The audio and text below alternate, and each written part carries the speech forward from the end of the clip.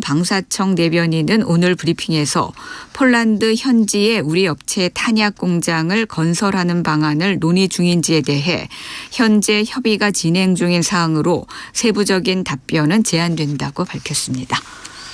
오늘은 영남권과 제주도에 낮까지 5mm 미만의 비가 내리겠고 수도권과 강원 내륙에는 빗방울이 떨어지는 곳이 있겠습니다. 비의 양이 적어 강원 영동과 영남권의 대기는 여전히 건조하겠고 바람이 강하게 부는 곳이 많겠습니다. 초미세먼지 농도는 서울과 경기, 강원, 충북, 제주에서 나쁨 단계로 높겠습니다. 내일은 전국이 대체로 맑겠습니다. KBS 제1라디오 5시 뉴스 아나운서 태희경입니다. KBS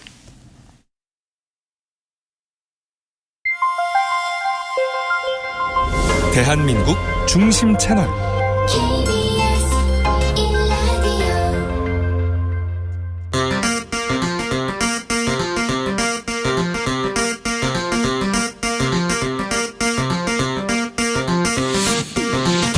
주진우 라이브.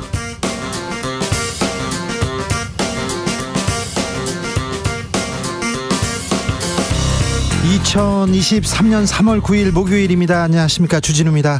국민의힘 전당대회가 막을 내렸습니다.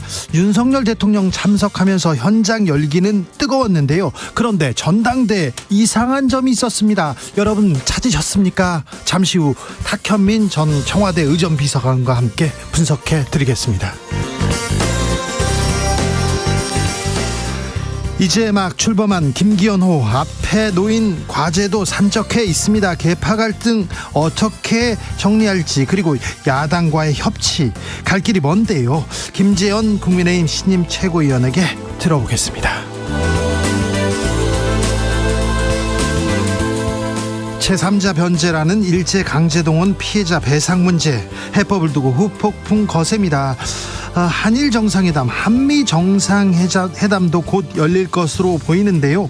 정상회담 때문에, 국빈 방문 때문에 G7 초청 받으려고 무리한 거 아니냐, 이런 분석 나옵니다. 지금은 글로벌 시대에서 짚어보겠습니다. 나비처럼 날아 벌처럼 쏜다. 여기는 주진우 라이브입니다.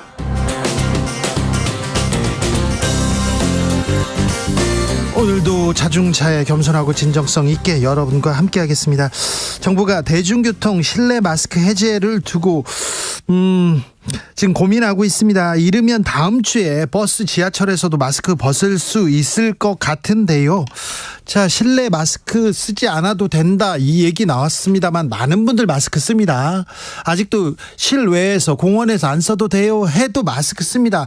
우리나라 사람들은 남한테 폐를 끼치지 않기 위해서 쓴다, 이런 분들도 있는데 사실 마스크로 저는 가리고 다녀서 좋았어요. 저는 가리면 가릴수록 좋았거든요. 그런 사람들이 있습니다. 저도 그렇습니다. 얼굴, 눈으로 이제 절반 가리고 마스크로 가리면 이제 조금 괜찮거든요. 네. 전 아닌데요, 이런 분들도 있는데. 자, 마스크에 대해서 어떻게 생각하십니까? 저는 마스크 더 쓰고 다닐 거예요. 아니에요. 마스크 이제 벗고 싶어요. 친구들 얼굴 보고 싶어요. 마스크에 대한 생각, 네, 보내주세요. 마스크 3년 동안 고마웠다, 그런 얘기도 좋습니다. 샵 9730, 짧은 문자 50원, 긴 문자는 100원이고요. 콩으로 보내시면 무료입니다. 그럼 주진우 라이브 시작하겠습니다.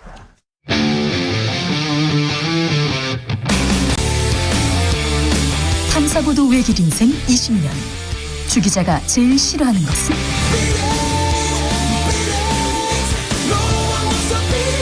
이 세상에서 비리와 부리가 사라지는 그날까지, 오늘도 흔들림 없이 주진우 라이브와 함께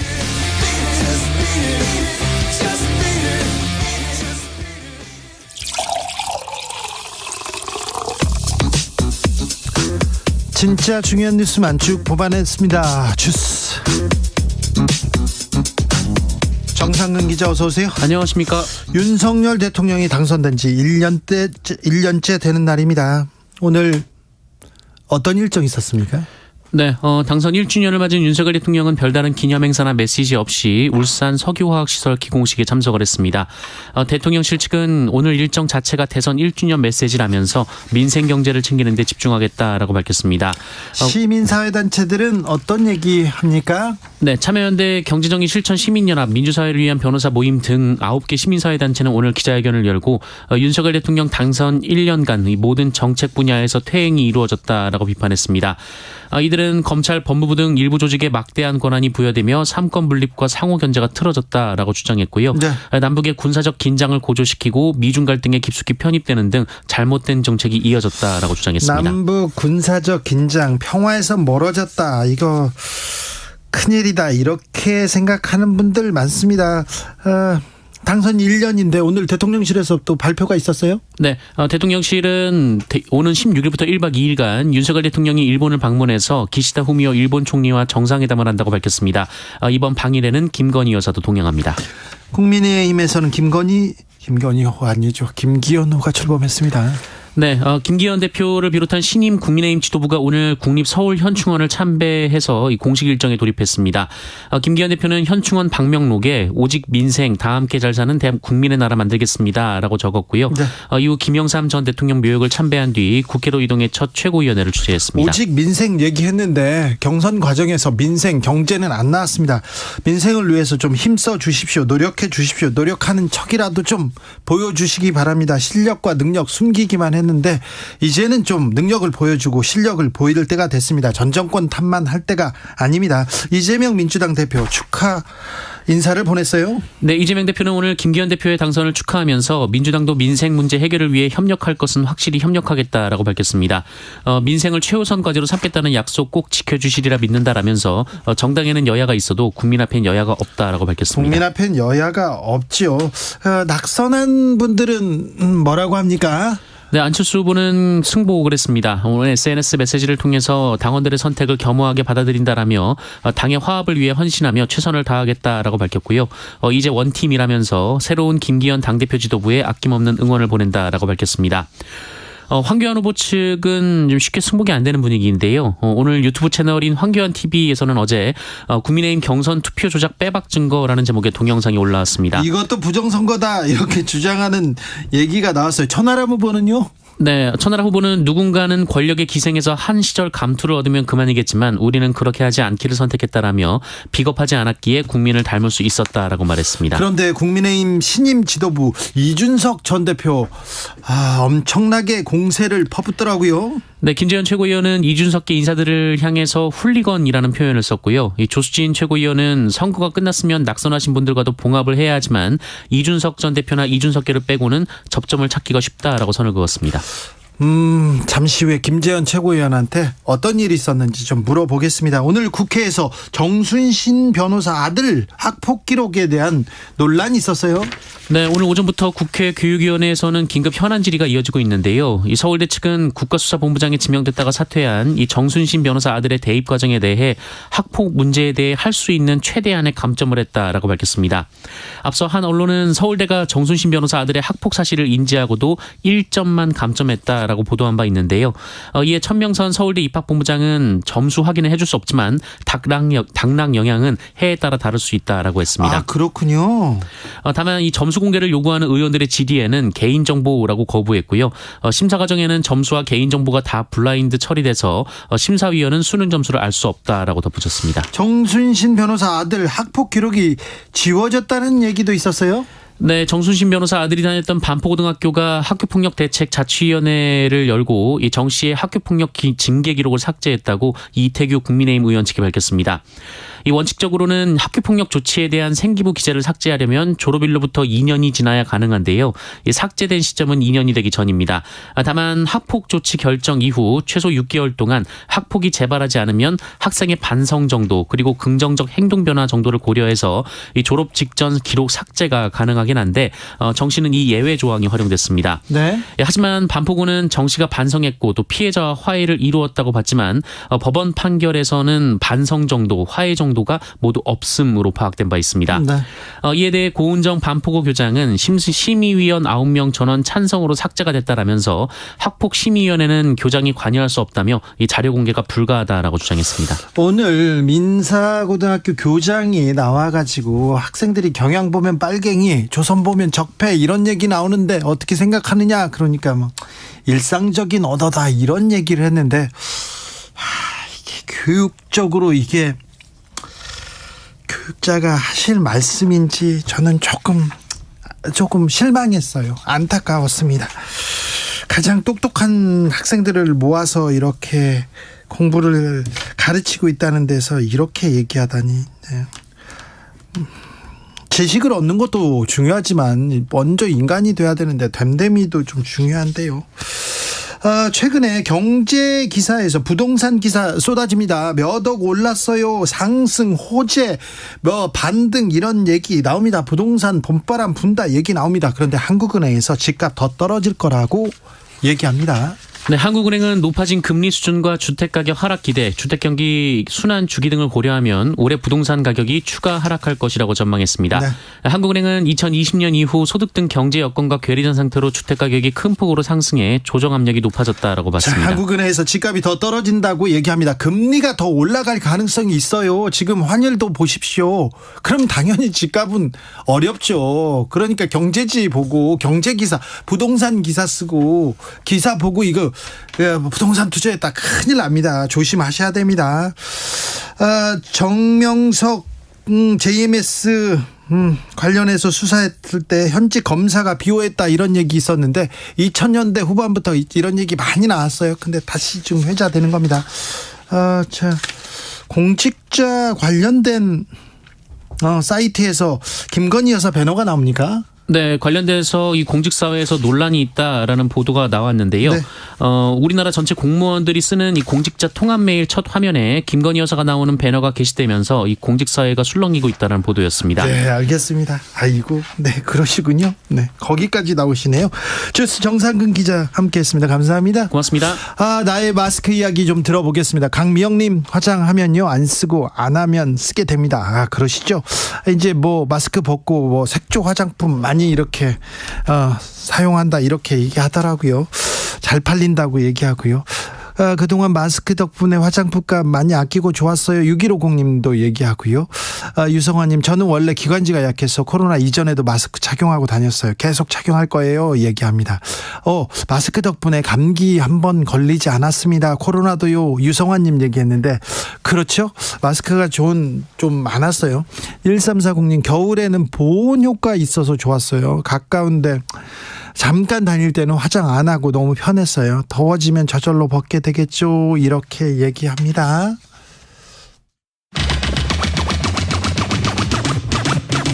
주진우 라이브.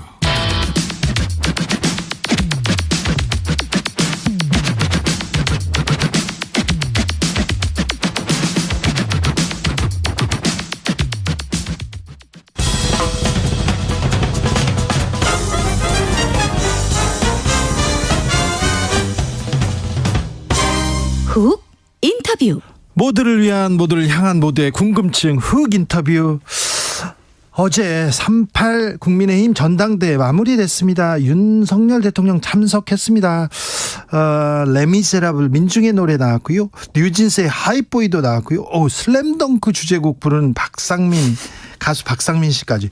이분은 노래를 4곡이나 부르더라고요. 지중해도 불렀고요. 그리고 청바지 아가씨가 네. 아직 소개 안 했습니다. 네. 근데 이 행사를 어떻게 봐야 되나? 전당대 구성 어떻게 봐야 되나? 이분은 어떻게 봤을까요? 탁현민 전 청와대 의전비서가 모셨습니다. 이제 인사하세요. 네, 안녕하세요. 네. 반갑습니다. 네. 어떻게 지내세요? 뭐 이제 얼마 있으면 이제 다시 또 가야 돼서 네. 이제 정리를 하고 있는 중입니다. 미스터 프레지던트는 아주 책이 많이 팔리고 잘 팔리고 있더라고요. 열심히 팔았죠. 네. 잘하셨어요.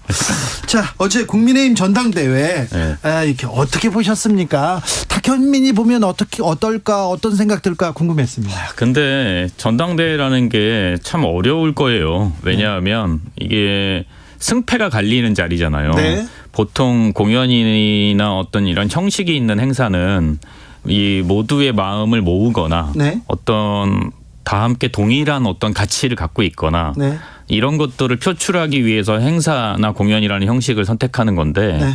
어제 같은 경우는 그러한 면도 없지는 않지만 더 중요한 게 사실 누가 되고 누가 떨어지느냐이잖아요. 네. 그걸 현장에서 발표를 하고 네. 그러니까 그 발표 결과에 따라서 각자의 기분이 정말 천당과 지옥을 오갈 테니 네. 그런 자리에서 뭔가를 한다는 게 정말 어렵죠. 그래서 저는 뭐 오늘 나와야 된다고 해서 한번 쭉 훑어보긴 했는데 네. 참 어렵겠구나라는 네. 생각이 일단 들더라고요. 네.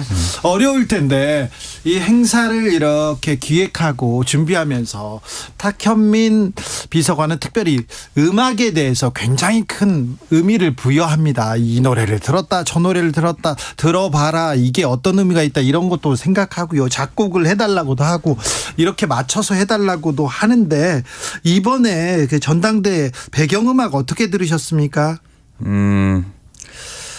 한마디로 표현하면 괴랄하다. 그래요? 아니 다른 표현이 마땅히 떠오르지 않더라고요. 괴랄이요? 예. 뭐 방송에 적합한 용어는 아닐지 모르겠지만, 네. 그러니까 대통령의 입장 음악은 대통령을 상징하는 음악이잖아요. 네. 네. 그런 면에서 그 곡을 선곡을 했다는 건 네. 이 보통의 상식으로나 아마 연출적 상상력을 발휘해도 상당히 괴랄하죠. 레미제러블 민중의 노래. 그러니까 괴랄하죠. 네. 뭐 더 논평하기 어려울 정도로 괴랄하고. 네. 또 하나 이제 음악을 선곡하는 기준 중에 또 하나는 행사의 정체성이나 행사의 메시지를 드러나기 위해서 선곡하는 경우가 있어요. 네. 그런 의미에서 봐도 민중의 노래는 상당히 괴랄하죠. 괴상하다 이렇게 지금 젊은 사람들이 쓰는 합성어인데요. 괴상하다 이렇게 들을게요. 좀 기괴하고 괴상하다 이렇게 들었다고 얘기하는데 그런데 민중들의 함성, 민중들의 원성을 잊지 않겠다, 이걸 새겨 듣겠다 이렇게 생각하는 건가요? 저는 그 해석이 더 재미있던데 네. 그리고 나서 뉴스를 보니 윤석열 대통령이 좋아하는 노래여서 아마 틀었을 것 같다라는 그 대통령실 네. 해명이랄지 설명이 나오더라고요. 네. 근데 그것도 진짜 연출적으로 참 의미가 없는 말인 게 우리가 음악을 쓸 때는 제일 먼저 이게 말이나 메시지로 하는 것보다 은유적이고 그렇죠. 또 상징적이기 때문에 음악을 쓰는 거거든요. 네. 그 말은 그 음악을 들었을 때 이래서 썼구나라는 걸 느끼게 해주려고 쓰는 거예요. 음악이란 장치를 쓸 때는.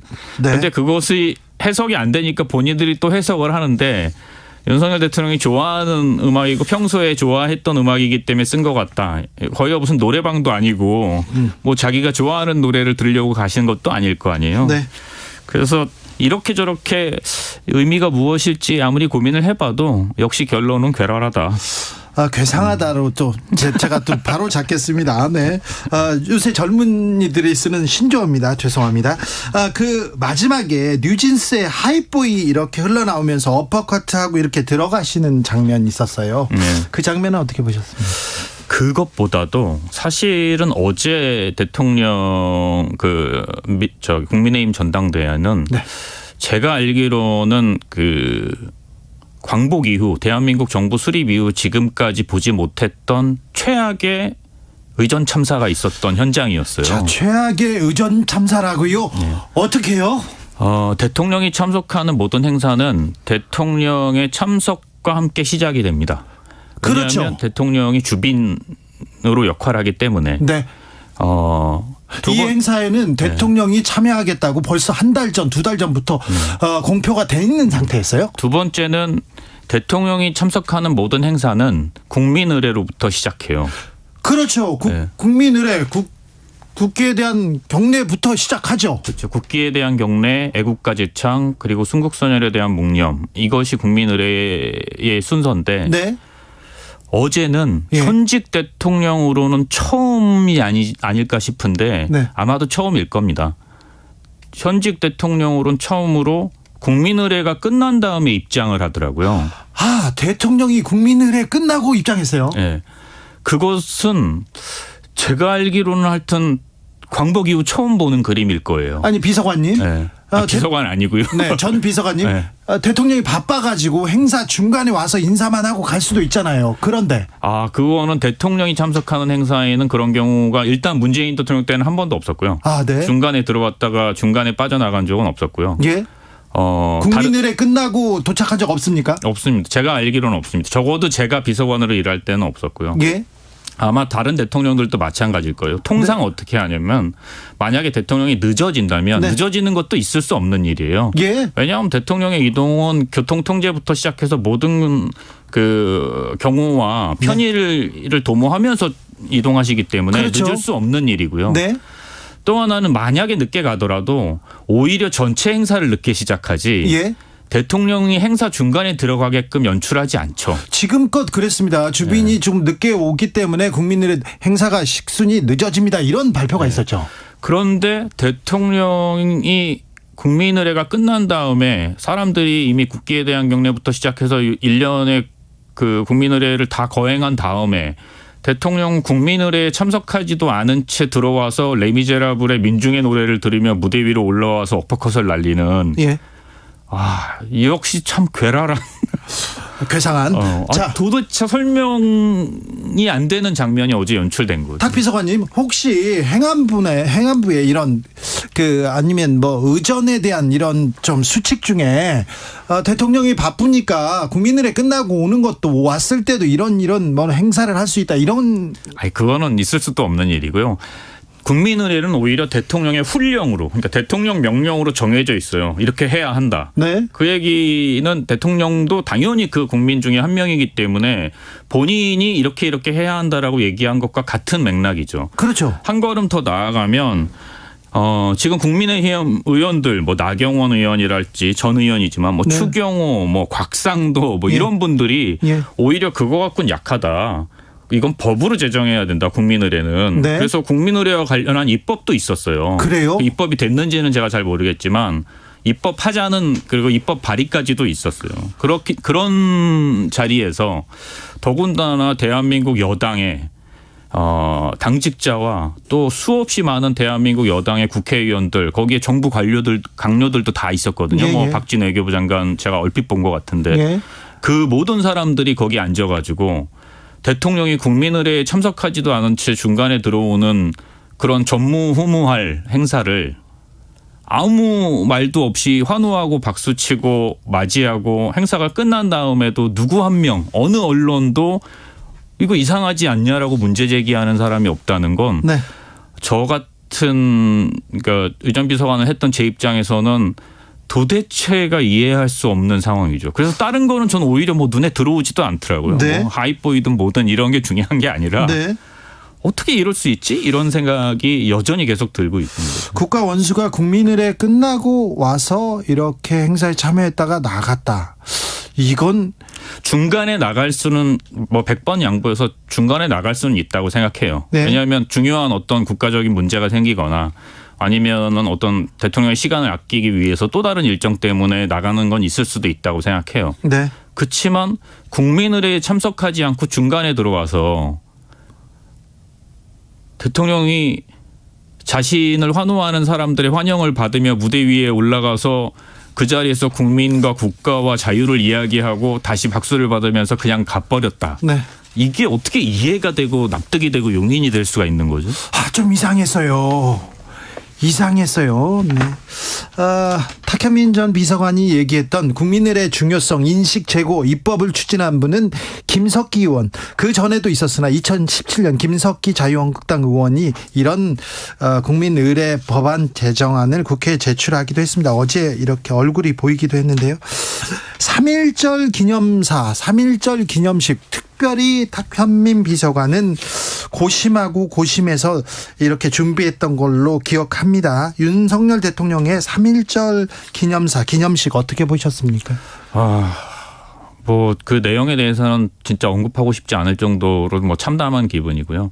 다만 이 말씀은 꼭 좀 드리고 싶은 게 문재인 정부 때의 저나 문재인 정부 때 일했던 많은 사람들이 특히나 3.1운동이나 광복절 행사에 신경을 많이 썼던 아주 개인적인 이유가 각별하고 개인적인 이유가 하나 있어요. 그게 뭐냐하면 이게 너무 뭐 감정적인 부분이라 말씀드리기 참 그렇긴 한데 제가 홍범도 장군 유해 봉환 때나 혹은 대한민국의 애국지사들 네. 그리고 특히나 독립운동을 하셨던 할머니 할아버지들을 만날 때마다 느꼈던 감정은 부끄럽다였어요. 해방 이후 지금까지 대한민국이 그분들에게 해준 게 이것밖에 안 되나라는 생각을 너무 많이 들었어요. 특히나 홍범도 장군 같은 경우는 카자흐스탄에 마지막으로 머무셨던 곳이 보존돼 있는데 그 사진을 보면 정말 많은 사람들이 당시에 보훈처 직원들, 청와대 직원들이 거기 갔다가 막 울기도 하고 막 그랬어요. 너무 초라하고 부끄럽고 처참한 수준이라서. 그래서 그때 저희가 나름 각자들 결심을 했던 게 적어도 우리 정부 때 혹은 우리가 이 일을 맡고 있는 동안은 이분들에게 우리가 할 수 있는 최대한의 예우는 해드려야겠다라고 생각하고 각각의 행사들을 진행해 왔었는데 돌이켜보면 지난번 윤석열 정부가 했던 3.1절이나 광복절과 어떤 차이가 있을까 이렇게 생각해 보면 이런 차이가 있더라고요. 이전까지의 대한민국은 그 개인의 헌신이나 혹은 그 개인의 희생을 강조하는 그런 애국이었다면 네. 사실은 문재인 정부의 애국은 이제는 국가가 그 헌신과 애국에 대한 보답을 해줘야 한다는 쪽이었거든요. 네. 근데 이제 그게 다시 돌아간 것 같은 거예요. 다시 옛날로. 네. 본인들은 최소한의 예의이며 최소한의 태도인 국민의례조차도 참석하지 않는 게으름을 보이면서 어떻게 국가나 혹은 그 민족을 위해서 헌신했던 사람들의 희생 그리고 그분들의 노고를 위로할 수 있다고 생각하는 거죠. 이런 어처구니 없는 모습을 지금 계속 목도하고 있는 것 같습니다. 네.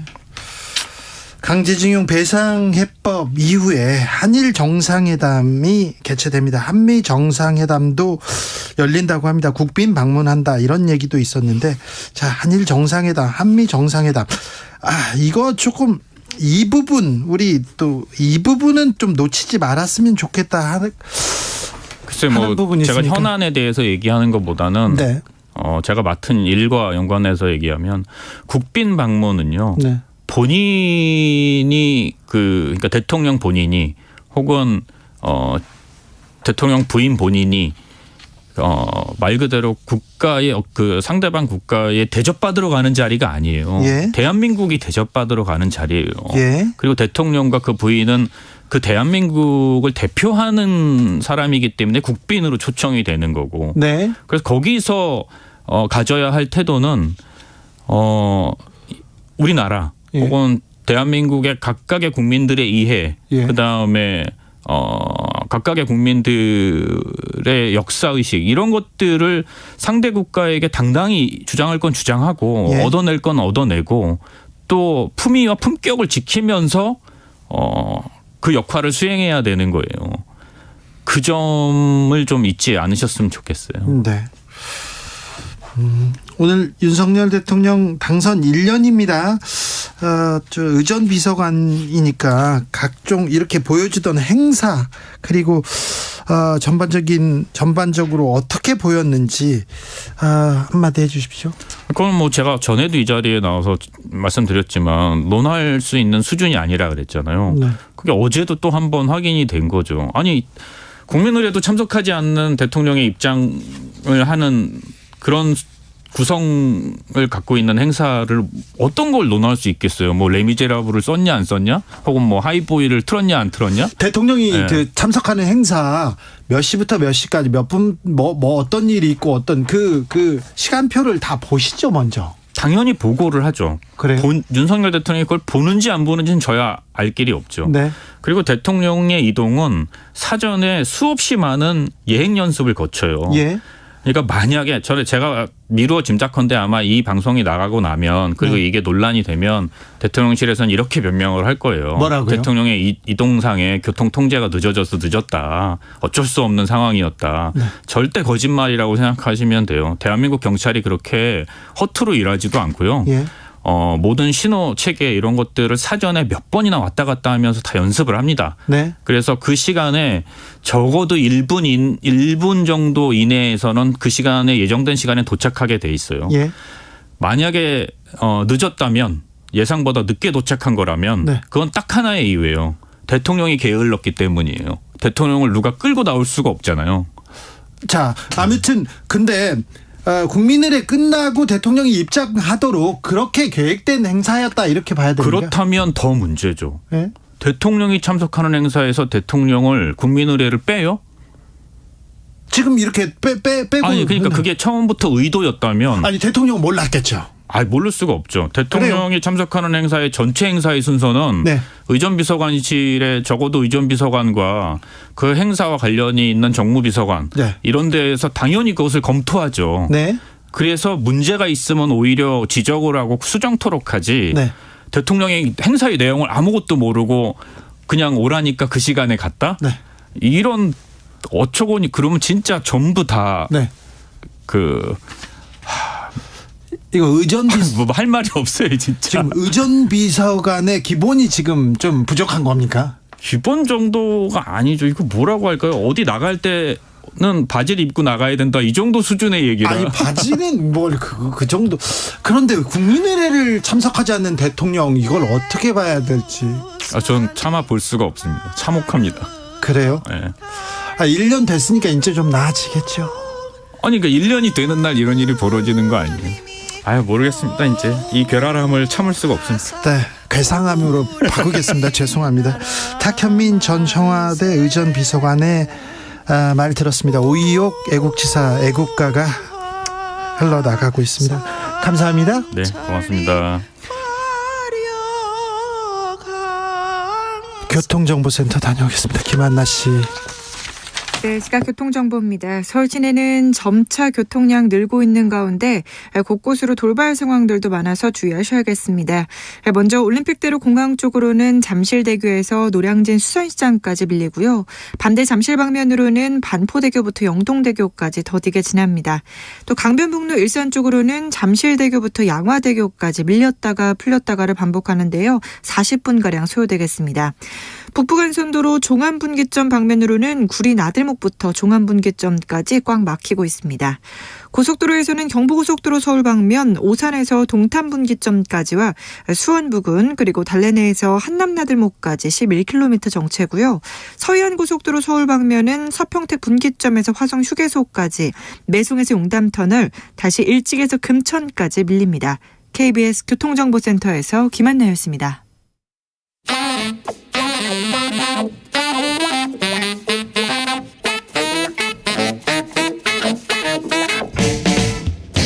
세계는 넓고 이슈는 많다. 우리의 시야를 국제적으로 넓혀보겠습니다. 국내 뉴스 국제 이슈 다 덤벼라. 지금은 글로벌 시대.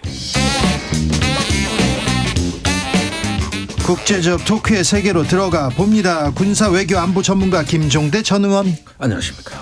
세계적인 평론 스케일 임상훈 인문결 연구소장 어서 오세요. 안녕하십니까. 네. 강제 동원 제3자 변제안 이 해법 어떻게 들으셨습니까, 임상훈 소장님? 글쎄, 이게 지금 일본하고 새로운 관계 이제 그런 그 패러다임으로 이제 가자는 그런 얘기 같은데, 네. 일본은 거꾸로 갔거든요. 그러니까 지금 자민당이라고 하는 이제 집권 정당이 이제 수십 년 집권을 하고 있는데 중간 잠깐 민주당이라든가 사회당 잠깐 빼고는 계속 집권을 하고 있는데, 잘 아시는 것처럼 자민당이 과거에 이제 자유당하고 민주당이 합당한 거 아니겠습니까? 네. 일본이 그 경제 발전을 이룩하는 동안에는 그 주류파, 당시의 주류죠. 지금은 주류가 아닌 당시 주류가 이제 취했던 것이 군사력은 그냥 참자, 그냥 이 미국 우산 안으로 들어가고 경제 발전에 힘쓰자, 이런 것이었고, 정치적으로는 한국 대한 관계라든가 이런 것이 이제 온건파라고 할 수가 있었죠. 그 와중에 이제 마지막으로 이제 한국하고 관계가 개선이 된 것이 오부치 총리 때에 소위 우리가 알고 있는 김대중 오부치 선언. 근데 오부치 총리를 마지막으로 사실상 그 일본의 과거 주류는 끝났습니다. 그 뒤로의 일본 자민당을 집권을 하고 있는 그 총리들은, 네. 집권 세력들은 전부 과거의 그 방류 그러니까는 그 비주류 그 사람들이 어떻게 보면 극우 세력이었던 거죠. 그들이 그 이후로 집권을 하면서 일본은 그러니까는 무슨 뭐 변한 게 아니고 오히려 거꾸로 갔다는 얘기예요. 아베 정부 들어서면서 더 급격하게 우경화되면서 과거 역사 인식 다 무시하고 우린 그런 일 없었다. 계속 이렇게 일방통행이라고 말할 수도 없습니다. 역사 왜곡을 서슴지 않았지 않습니까? 그렇죠. 그러니까 아까 말씀드렸던 오부지 총리를 마지막으로 사실상 그 일본이 어느 정도 우리나라하고 대화를 할 수 있는 그런 그 가능성 있는 그런 세력은 끝났어요. 그 뒤로는 전부 말씀하신 것처럼 고이즈미 총리 그다음에 아베 총리 대표적으로 이제 두 인물인데 그 이외에도 다른 총리들도 이제 다 비슷비슷했고 결국은 그 한국하고 더 이상 대화할 수 없는 그런 지경까지 갔거든요. 그런데 무슨 파트너십이 어디가 있습니까 지금? 근데 우리가 어디다 대고 손을 흔들는? 근데 왜 우리 대통령이 한국의 이익이 아니라 뭐 대승적 얘기하고 뭐 미래 얘기하지만 왜 일본의 이익을 위해서 이런 선언 해법을 외쳤을까요? 글쎄 그 진짜 이유가 아주 애매모호한 영역에 있고 누구도 말하지는 못하는 것 같아요. 앞으로 뭔가를 가져오려고 정상회담 한일 정상회담 잡혔습니다. 한미 정상회담 잡혔습니다. 앞으로 뭔가를 얻어내기 위한 포석이었습니까? 저는 한미일 일체화, 한미일의 이제 집단 안보 체제 출현이 임박했다. 예, 그리고 그것이 그 윤석열 대통령 입장에서는 그게 대한민국 살 길이다고 믿는 것 같아요. 그렇지 않으면 도저히 설명이 안 되는데. 예를 들면은 이제 미중 간에도 전략 경쟁이 심화되고 연일 거친 말이 나오고 미국에서도 이제 중국이 곧 대만 침공한다는 얘기가 아주 뭐 하루가 멀다 하고 나오고 있고 그리고 중국에서도 아주 미국에 대해서 굉장히 거칠고 공세적으로 나오면서 더 이상 미국이 압박하면은 이제 가만 안 있겠다는 엄포가 나오고 이러다 보니까 이 주변 정세를 바라볼 때 이 미중 충돌은 이제 숙명이고 이제 전쟁 불가피론까지 나오고 있는 상황에서 어차피 이렇게 하면 어차피 망할 북한이나 중국 바라보느니 이기는 편에 붙어야 될 거 아니겠느냐. 그 이기는 편이 미국, 일본이란 말이에요. 그래서 인도 태평양 프레임이라는 것도 무비판적으로 이렇게 수용하는 이유가 단순히 북한 문제가 아니라 이 어떤 동아시아에서의 어떤 지정학적 단층선을 일단은 민감하게 바라보고 여기서 이제 확실히 어떤 편을 결정하겠다는 이런 어떤 압박감, 조급증 그걸 빨리 해야 된다는 이런 데 쫓아가고 있는 게 아닌가 하는 생각이 들어요. 그러지 않으면은 윤석열 대통령이 국내 정치에 자기에게도 자신에게도 별로 이익이 안 되는 이런 굴욕적인 해법을 왜 앞장서서 밀어붙이느냐는 거예요. 우리한테는 북한과의 관계가 있지 않습니까? 북한과의 관계에서 평화를 지켜야 되는 숙명적인 과제가 있고요. 네. 그리고 중국을 무시해서는 우리 경제, 우리의 미래도 없잖아요. 그러니까 지금 경제 얘기만 하면은 그리고 우리가 뭐 반도체, 뭐 배터리 이런 전기차 이런 식의 그 경제 얘기만 하면 돌아오는 답이 이제는 똑같습니다.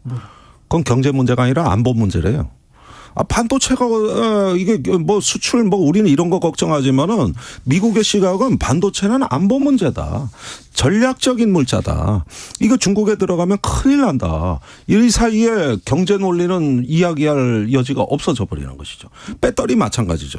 그렇게 해서 이제는 어떤 그 인도 태평양이란 지정학 또 안보 논리를 가지고 이런 어떤 무역 문제까지 다 재단을 해버리니까 이게 뭐 국익이고 뭐고 얘기하기가 굉장히 힘들어졌어요. 자, 윤석열 대통령 우리 대통령입니다. 우리나라 국민을 위해서 우리 국익을 위해서 힘써 주시리라고 생각합니다. 그러니까 이 해법도 한일 정상회담에서 한미 정상회담에서 G7에서 뭔가를 가져오기 위한 포석 아니겠습니까?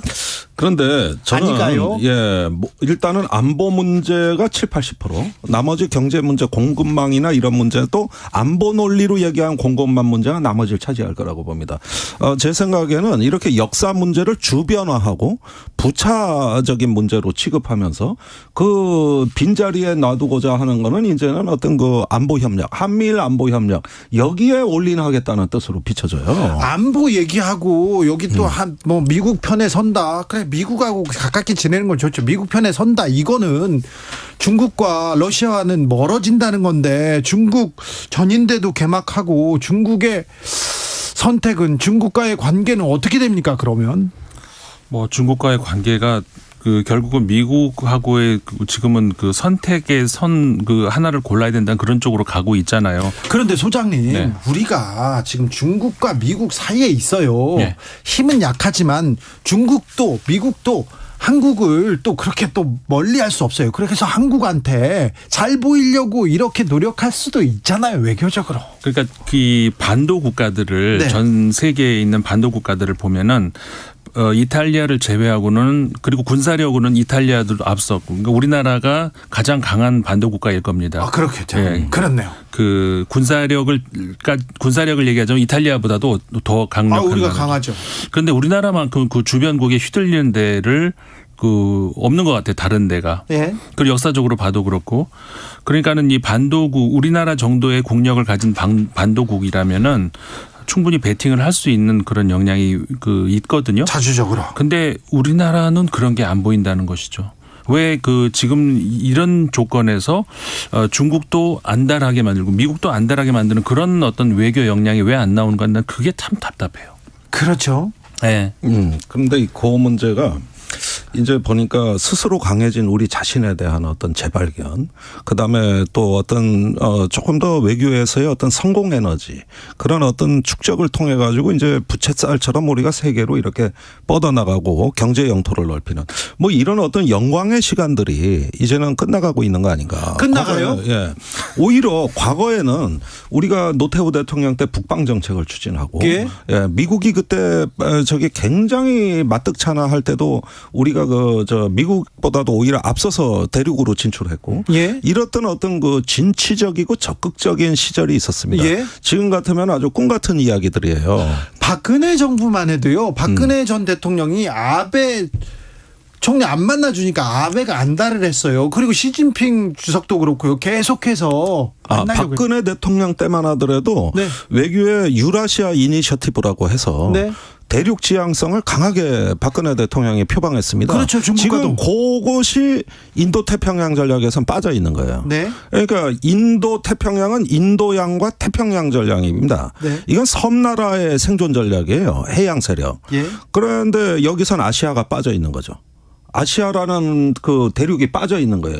그게 인도 태평양 전략입니다.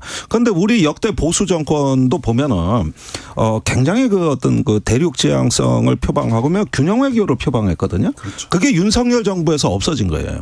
그래서 박근혜 정부 때만 하더라도 그런 유라시아 이니셔티브 또 이명박 정부 때도 그 시베리아 횡단 철도라든가 또 여러 가지 가스관 연결이라든가 이런 부분들이 굉장히 그 돋보이는 의제들이었고 이렇게 하면서 북한하고는 우리가 남북 관계가 그 교착 상태가 돼가지고 실현은 안 됐지만은 굉장히 그 어떤 반도적 지정학. 이래서 섬나라의 생존 전략과는 다르다는 거는 다 인식이 돼 있었어요. 그 당시에는 북한을 러시아가 그리고 중국이 압박하는 그런 외교를 그렇죠. 보여주게 우리가 됐어요. 이제 북한 비핵화에 대해서 다 대륙의 협조를 얻었고. 예. 예, 그래서 외교적 자산이 나름 풍부했고 그런 어떤 바탕 위에서 유라시아를 일단은 어떤 그 중심 무대로 봤습니다. 그래서 한쪽에는 동맹이 있지만 나머지 한 발은 우리의 어떤 그 능동적이고 좀 자율적인 외교를 하자 해가지고 다 이런 것들이 이루어졌는데 문제는 이 시절이 끝났다는 겁니다. 지금 당장 대만이 불안해지면 대만 또 뭐 메카시 하원 의장이 또 뭘 가네 마네 뭐 만나네 얘기하고 있어요. 대만 총통을. 그러면서 대만에서 긴장이 고조되면 우리가 또 더 불안해집니다. 그렇죠. 뭐 그 지금 대만을 중심으로 해가지고 미국이 여러 가지 이제 그 자국의 그 군사 훈련도 마찬가지고 중국의 그 도발 가능성도 마찬가지고 여러 가지 시뮬레이션을 해 보는데 이제 아까 밖에서도 의원님 그 얘기를 잠깐 했었는데 그런 어떤 그 시뮬레이션을 돌려봤을 때 이제 미국 입장에서는 큰 어떤 그 패러다임의 전환이 있어야 된다는 그런 것들을 아까 밖에서 의원님 한참 말씀을 하셨거든요. 그러니까 미국 입장에서도 과거의 패러다임으로 어려울 거라는 그런 이야기죠. 근데 그런 것들이 그 결국 그러면은 패러다임 패러다임 전환을 하는 데 있어 가지고 그러면 기존에 있던 그런 것들을 어떻게 하느냐. 여기에서 한국이 어떤 아까 말씀하셨던 과거에는 이념이 있고 전략이 있었는데 지금은 이념만 남고 전략은 쏙 빠진 그런 이제 보수 정권 하에서 이건 이제 그 과거 패러다임의 마지막 어떤 승부수다라고 미국이 판단을 하고 있는 것 같아요. 네.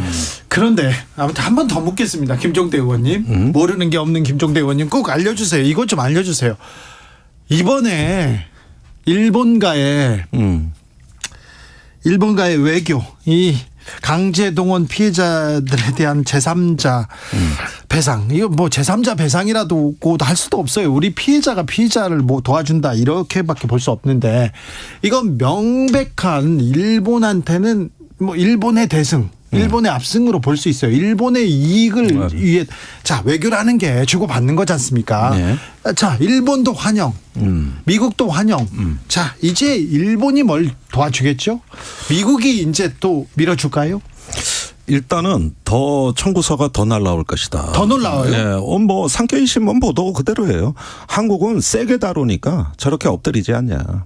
예, 그러면서 더 세게 다뤄야 된다. 예, 그러니까 이제 절 두 번째 한 겁니다. 첫 번째는 뉴욕에서 그 굴욕적인 한일 가서 30분. 만났죠. 예, 그다음에 두 번째는 이번에 이제 한국의 일방적인 배상안 발표. 아니 세 번째가 남은 것이죠. 3도 고들이 아니에요. 그러니까 이게 뭐냐면은 차제에 그 한미일 집단안보 체제에 확실히 한국이 들어오고 이제는 누구 편인지를 분명히 하라는 요구가 들어올 겁니다. 이렇게 되면은 마침 확장 억제력에 그 전적으로 매달리는 한국 입장에서는 오히려 맞아떨어져요. 그렇게 해서 그 한국으로부터 이제 군사적인 정보 지원 협력, 정보 공유 협력 이거 이제 얘기 나올 것이고 심지어는 한미 연합사와 일본 방위청 간의 연락 장교 교환도 이루어질 겁니다. 그다음에 한미 미사일 방어 시스템의 통합. 그러니까 성주의 사드 레이더 기지의 그 정보가 일본의 엑스밴드 레이더하고 그대로 연동되는 이제는 국경을 초월한 미사일 방어 시스템 구축이 있고 또 한 가지 중요한 것이 그 대만 해협이나 남중국해에서 중국의 팽창 정책에 대한 한미일 삼국의 공동 대비 계획. 이것도 이제 요구사항이 나올 거고 그다음에 지금 당장 발등에 불로 떨어진 거 시한폭탄 같은 주제 하나가 있는데 이거는 아마 미국 방문할 때 전 나올 거라고 보는데 우크라이나에 대한 무기 지원. 바로 나옵니까? 네. 이게는 좀 급해요. 엊그제 나토 사무총장 인터뷰한 걸 보니까 지금 우크라이나에 탄약 없어서 지금 빨리 지원 안 하면 큰일 난다는 지금 거예요. 폴란드에 뭐 탄약 공장 지어달라 이런 얘기도 나왔잖아요. 글쎄요. 그런데 당장 제공할 수 있는 나라가 한국 말고 어디 있습니까 지금. 그래요? 전 세계에. 네. 다양한 포탄 종류 그 다양성과 재고량 신뢰성 이런 걸 다 갖춰야 되는 거예요. 그러면 우크라이나 전쟁에 우리가 한 발 이렇게 디뎌야 된다는 말입니까? 그 압박을 많이 받을 거예요. 예, 압박이 지금 심하게 왔어요 이미. 그건 로이드 오스틴 장관 왔을 때도 압박을 넣고 나토로부터 직접 왔고 그런데 이제 세계 보편적 가치 자유 뭐 이런 얘기를 많이 해놨는데 그러면 행동으로 옮겨라 그러면은 당장 뭐겠습니까? 이거는 한일 간의 그 뭐 협력을 제도화하는 건 시간이 좀 걸리지만 이건 급박한 문제입니다. 우크라이나에 뭐 주고 말고 하는 건 당장 결정해야 돼요. 그러니까 이 문제가 일단은 그 당장 숙제로 나오네요. 네, 물밑에서 논의될 가능성이 대단히 높고, 네. 그다음에 반도체나 배터리 같은 것도 안보적 프레임에서 보는 이런 논의 테이블이 있을 겁니다. 아니 근데 안보 얘기하고 계속 그 반도체 그 안보 얘기하면 우리 수출하지 말라는 거잖아요. 못하게 하는 거잖아요. 아니 그러니까 그 수출 얘기는 경제 논리고 네. 미국 얘기는 이건 전략 물자고 안보 문제라는 거예요. 그러니까 이게 중국에 넘어가는 순간 이제는 중국이 추월할 수 있기 때문에 전략적 통제 이걸 주도하는 게 미국 국방부예요. 미국 대통령 밑에 반도체 위원회를 미국 산업부가 만들었냐? 국방부가 만들었어요. 아 그렇군요. 네. 애초 논의가 안보 논리로부터 세워졌다 이겁니다. 임 소장님. 네. 튀르키예에서는 대지진이 있었습니다. 네. 그리고요 그리스에서는 열차 사고가 있습니다. 네. 그런데 두 사고 모두 사고인데요. 정치에 미치는 영향이 만만치 않습니다. 지금 그렇죠. 그 튀르키예 같은 경우는 그 과거에도 이 시간에 이제 여러 차례 말씀드렸습니다만은 그 20년 집권을 하고 있던 네. 그 에르도안 대통령 같은 경우에 지금까지 그 사실상 투명하지가 않았던 그런 부분들이 이번 지진으로 인해 가지고 드러나고 예. 그래서 이제 5월 대선이 어떻게 될지를 장담 못하는 것이 야권이 분열을 해 있는 상태였는데 최근에 이제 단일화가 됐어요. 그렇게 튀르키예 간디라는 사람이 지금 단일 후보로 떠오른다면서요? 예, 그 얼굴이 간디하고 네. 비슷하게 생겨서 그런데 이제 그래서 이제 그 튀르키예의 정치 상황이 앞으로 5월 달에 어떻게 변할지 알 수가 없는 그런 상황이고 그리스 같은 공교롭게 바로 옆 나라에서 또 이번엔 사고가 났죠. 예. 근데 그리스 같은 경우도 노조에서 계속해서 철도 노조에서 경고를 했었단 말이에요. 그래요. 예, 시스템이 지금 너무 노후돼 가지고 조만간 그 사고 난다. 한번 그 3주 그러니까 사고로부터 3주 전에 한번 성명을 발표했는데 그 3주 후에 바로 사고가 나버렸단 말이죠. 그게 무슨 예측은 아니지만 그만큼 이제 사고가 나도 안 이상한 그런 상황이었었다는 것이죠. 너무 어이없는 사고 아니겠습니까? 그 복선이었는데 이게 단선도 아니고 복선이었는데 마주오다가 부딪혔으니까 네. 너무 어이없는 그러니까 한마디로 말해서 그 전혀 시스템이 그 21세기 맞지 않는 그런 시스템이라는 지금 그 이후에 반정부 시 지금 계속 들불처럼 번지고 있지 않습니까? 예, 계속. 그래서 지금 그 현 그리스 정부도 지금 굉장히 위태위태한 그런 상황에 있는 것이죠. 네. 김종대 의원님 어떻게 될까요? 예, 아무래도 이제 재난 앞에서 어떻게 보면은 국민의 안위보다는 권력자 자신의 안위를 생각했던 지도자들이 이번에 심판받지 않을까 생각합니다. 곧 선거가 예정돼 있더라고요. 예, 제가 그래서 저번에 젤렌스키 리더십과 에르도안 리더십을 비교해드린 거 아닙니까? 네. 지도자가 위험의 칼날 위에서 용기를 발휘하냐 아니면 변명부터 하느냐. 예. 그래서 이건 멕시코시티 대지진 모델로 간다. 예. 그 군사 정권이 무너진 게 1986년 멕시코 대지진으로 20년 정권이 무너졌어요. 그다음에 스페인에서 그 열차 그 테러 사건, 예, 거기서 2004년이죠. 그걸로 인해 가지고 스페인이 하루아침에 정권이 교체됐습니다. 그러니까 결국은 이런 면에서 어떤 사회에 있는 어떤 정권의 책임성, 리더십 이런 부분이 재난의 리더십으로 나타나는 거니까 우리도 이태원 참사를 겪은 마당에서 이제 그때 참사 이후의 정부의 태도 이런 것들을 다 봤지 않습니까? 네. 바로 이런 부분에서의 어떤 위험의 어떤 분담, 거기에 대한 책임의 어떤 처리 이런 문제가 결국은 정치의 앞으로 미래 정치의 성격을 결정한다는 거죠. 튀르키예나 그리스 같은 경우에는 그런 대형 사고가 났을 때 국민이 분노를 하잖아요. 네. 그런데 왜 우리나라는 분노를 안 할까요? 그것이 이제 체계적으로 갈라치기 되고 은폐되고 가려지고 이런 어떤 그 아픔들이 있었죠. 이걸 참 3월 4월에 윤석열 대통령이 한일 정상회담, 한미 정상회담, 외교의 한복판 정말 중요한 결정을 하는데 그 한복판에 뛰어드는데 국민을 위해서 국익을 위해서 더 좀 애써 주셨으면 좋겠어요. 예, 일단 국민들에게 물어봤으면 좋겠어요. 네. 너무 앞서가지 않으셨으면 좋겠습니다. 김종대, 임상훈 두 분 감사합니다. 감사합니다. 고맙습니다.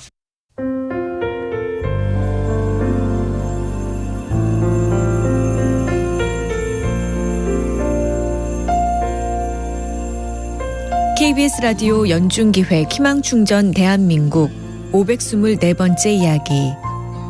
안녕하세요. 아나운서 이현주입니다. 14살 승권이는 지적장애가 있는 1살 터울의 형의 제일 친한 친구입니다. 전국을 돌아다니며 일용직 근로를 하는 아빠와 어릴 때 집을 나간 엄마를 대신해서 형을 돌보는 건 언제나 승권이의 몫이었습니다. 또래보다 키가 작아 성장 호르몬 주사를 맞고 있는 승권이는 요즘 들어 부쩍 힘에 부치는 걸 느낍니다. 시간이 갈수록 형의 몸집이 커지면서 그만큼 힘도 강해지고 있기 때문입니다. 행여나 아빠가 엄마처럼 훌쩍 떠나버릴까 힘들다는 내색 한번 하지 못한 채 묵묵히 모든 걸 감당하고 있는 승권이. 하루빨리 마음의 짐을 내려놓고 또래처럼 평범한 일상을 즐길 수 있도록 따뜻한 격려를 보내주세요. 여러분의 따뜻한 손길이 희망의 빛이 됩니다. ARS 060-700-1580 060-700-1580 한 통화 3,000원으로 희망을 선물해 주세요. KBS 라디오 연중기획 희망충전 대한민국은 초록우산 어린이재단, 인탑스 주식회사 그리고 청취자 여러분과 함께합니다. ARS 060-700-1580 한 통화 3,000원입니다.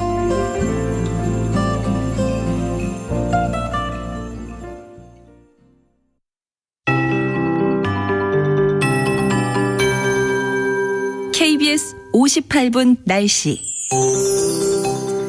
오늘 저녁부터 내일 오전까지는 수도권과 서해안, 강원 내륙 중심으로 안개가 매우 짙게 드리워지겠습니다. 바다 안개, 해무 현상이 나타나는 지역들인데요. 이 짙은 안개에 주의하셔서 일찌감치 이동하시는 분들 안전운전 신경 쓰셔야 되겠습니다. 또 내일 새벽부터 오전 사이에 강원 내륙이나 산지는 도로 살얼음도 주의를 하셔야 되겠고요.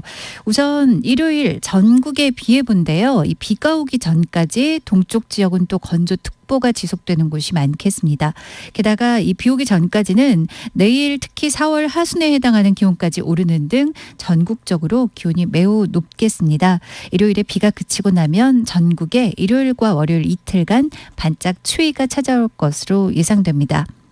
내일은 4월 하순에 해당하는 기온이 예상되는 곳이 많습니다. 서울은 내일 아침 영상 6도로 출발하겠고요. 전국 1도에서 10도로 영상권의 아침 기온 예상됩니다.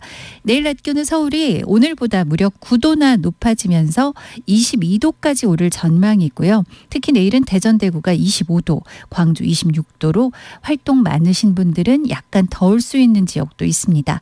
토요일 기온 서울 20도 등 대부분 비슷하다가 일요일 전국적으로 비 예보가 있고요. 이 비가 그치고 나면서 반짝 추위 예상됩니다. 미세먼지 농도 내일까지 대부분 좀 좋지 않겠습니다. 지금 서울 기온 10도입니다. 최영우였습니다. 정성을 다하는 국민의 방송 KBS가 6시를 알려드립니다.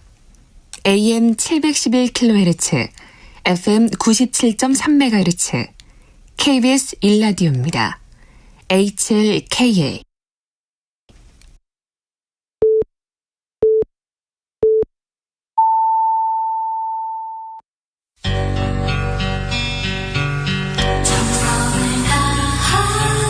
정성을 다하는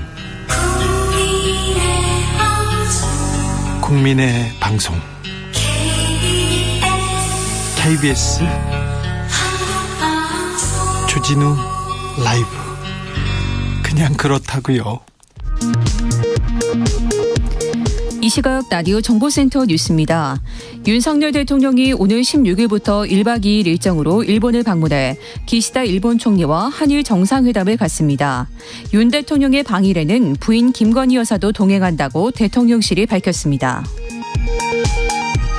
더불어민주당이 오늘 윤석열 대통령 부인 김건희 여사의 도이치모터스 주가 조작 관여 의혹과 코바나 콘텐츠 불법 협찬 의혹에 대한 특검법을 발의했습니다. 국민의힘은 이에 대해 이재명 방탄 맞불용이라며 맹비난했습니다. 역술인 천공의 대통령 관저 선정계의 의혹을 제기했던 부승찬 전 국방부 대변인이 군사기밀 유출 혐의로 내일 국군방첩사령부에 조사를 받습니다. 부승찬 전 대변인은 영린을 건드린 대가라는 입장을 밝혔습니다. 윤석열 대통령 당선 1주년을 맞아 국민의힘은 대선 불복과 범죄 피의자 방탄에만 허송세월했다며 야당을 비판했고, 더불어민주당은 역사 퇴행의 1년이 마치 4년처럼 길게만 느껴진다고 맞받았습니다.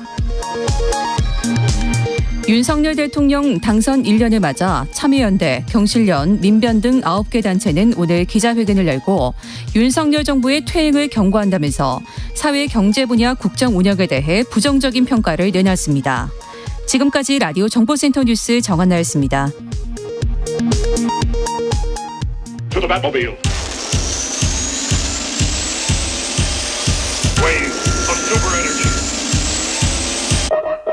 주 기자의 1분.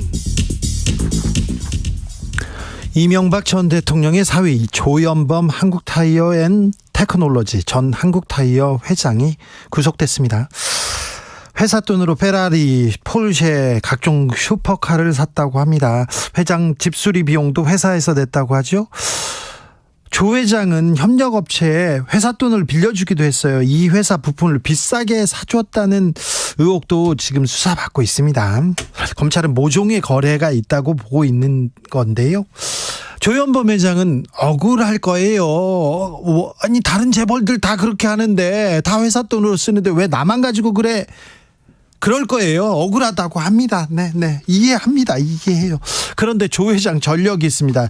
지난 2019년에 구속된 적이 있는데요. 약 10년간 협력업체 대표한테 매월 500만 원씩 123회 6억 1,500만 원을 받았어요. 협력업체 납품 받아주고 대신 500만 원씩이요. 그리고 10년 넘게 계열사 자금을 매달 200만 원, 300만 원씩 받습니다. 100회 넘게요. 네. 이분 수천억대 부자입니다. 수천억대 부자인데요. 꼼꼼하게 200만 원, 500만 원씩의 뒷돈 챙겨서 받아서 그 돈 어디다 숨겨놨냐면요. 유흥주점 여종업원의 아버지 통장에다 숨겨놨어요. 그러다 걸렸어요. 조 회장 구속됐죠. 구속됐는데 바로 보석으로 풀려납니다. 불구속으로 재판을 받다가 징역 3년에 집행유예 4년 선고받아가지고 이렇게 자유의 몸이 됐습니다. 그리고 다시 회사 돈을 축내다가 3년 4개월 만에 구치소에 수감된 겁니다. 본인은 억울할 거예요. 다른 재벌들도 그런데 왜 나만 가지고 그러냐고요. 이해합니다. 그런데요, 우리 경제의 가장 큰 문제 양극화 꼽힙니다. 기업은 부자고 개인은 가난하다. 회장은 부자인데 노동자들은 가난하다. 그 양극화는 점점 심화된다. 그렇습니다. 그런데 정부에서는 노조가 문제라고 합니다. 정부에서는 노동시간이 짧은 게 문제라고 합니다. 하지만 회사를 생각하지 않는 회장님, 오너의 책임 결코 적지 않습니다. 이 경제 문제 이렇게 망가뜨린 거 회장님 책임 결코 적지 않습니다. 회장이 자기 재산이 아니라 회사를 조금만 더 위한다면 우리 경제 조금 더 건강해졌을 텐데. 삼성에서 봅니다. SK에서 보고요. 한국타이어 회장 안타깝습니다. 네. 주기자의 1분이었습니다.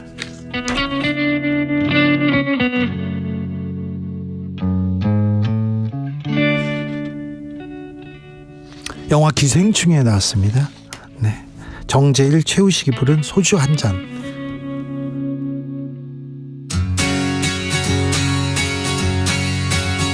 기름이 뿌연 안개 속에 힘껏 마시는 미세먼지 눈은 오지 않고 비도 오지 않네 바싹 메마른 내 발바닥 매일 하얗게 불태우네 없는 근육이 다 타도록 쓸고 밀고 닦고 다시 움켜쥐네 이젠 딱딱한 내 손바닥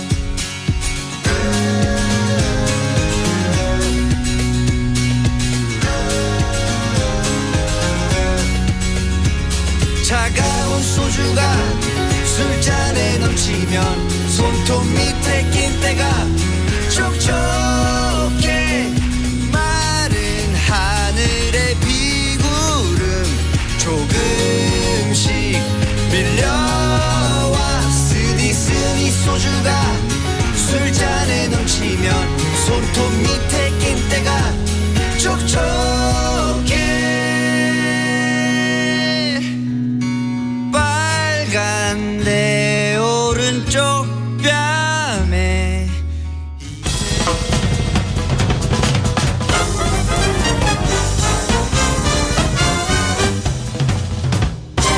훅 인터뷰.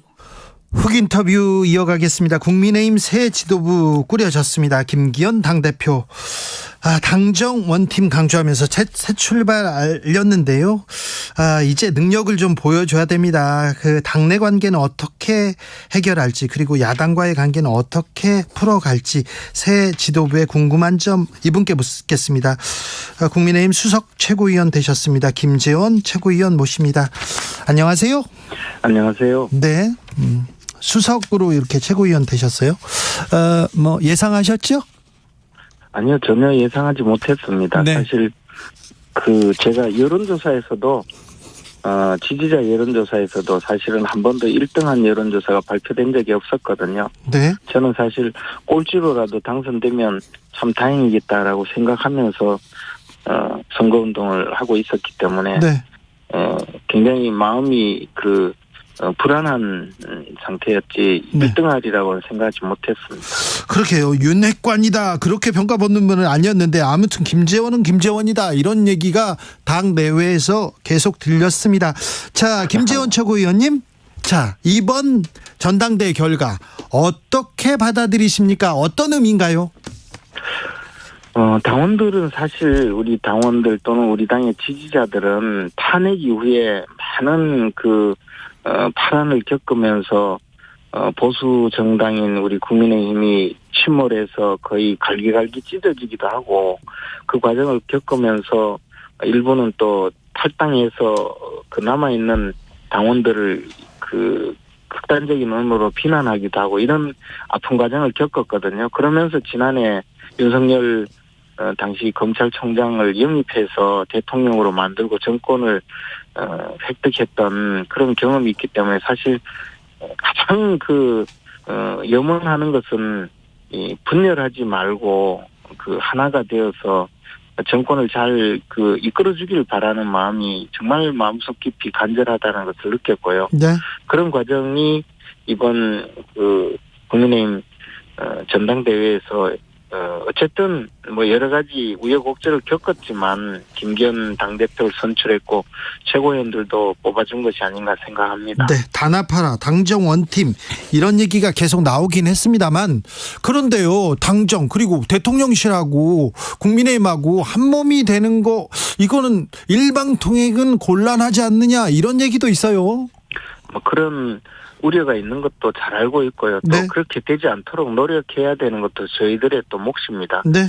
아무리 대통령의 국정 철학을 또 뒷받침하고 또 당의 입장에서 정부와 함께 간다고 하지만 우리 당의 당헌 당규에 나와 있고 또 정치 기본적인 이념에도 맞듯이 대통령이 된 당원은 또 당의 정강 정책을 충실히 실현해야 된다는 그런 의무도 있거든요. 네. 그래서 우리 당도 또 정부에서 해야 될 여러 가지 방향을 선도하는 역할도 해야 되고 네. 그와 마찬가지로 좀 잘못하는 것이 있으면 지적도 하고 그렇게 해서 함께 가야 되지. 네. 건강한 관계가 유지되어야 되지 일방적으로 맹종하는 그런 지도부는 되지 않으리라고 생각합니다. 알겠습니다. 건강한 관계로 가야 됩니다. 맹종은 안 되고요. 잘못한 건 잘못했다고 해야 되는데 잘못한 게 많은데요. 지적할 수 있을까요? 지금껏 안 했는데요. 지금껏 하지 않았던 것은 잘 모르겠고요. 오히려 지적하는 게 많아서 문제가 된 적도 있었죠. 아, 그렇습니까? 네. 자, 김기현 당대표가 네, 연포탕 대통합 계속 강조하고 있습니다. 지금 원팀 얘기를 지금 김재원 최고위원도 얘기했는데요. 그런데 이준석만 빼고 이렇게 얘기하는 것 같아요. 오늘 최고위원들 보니까.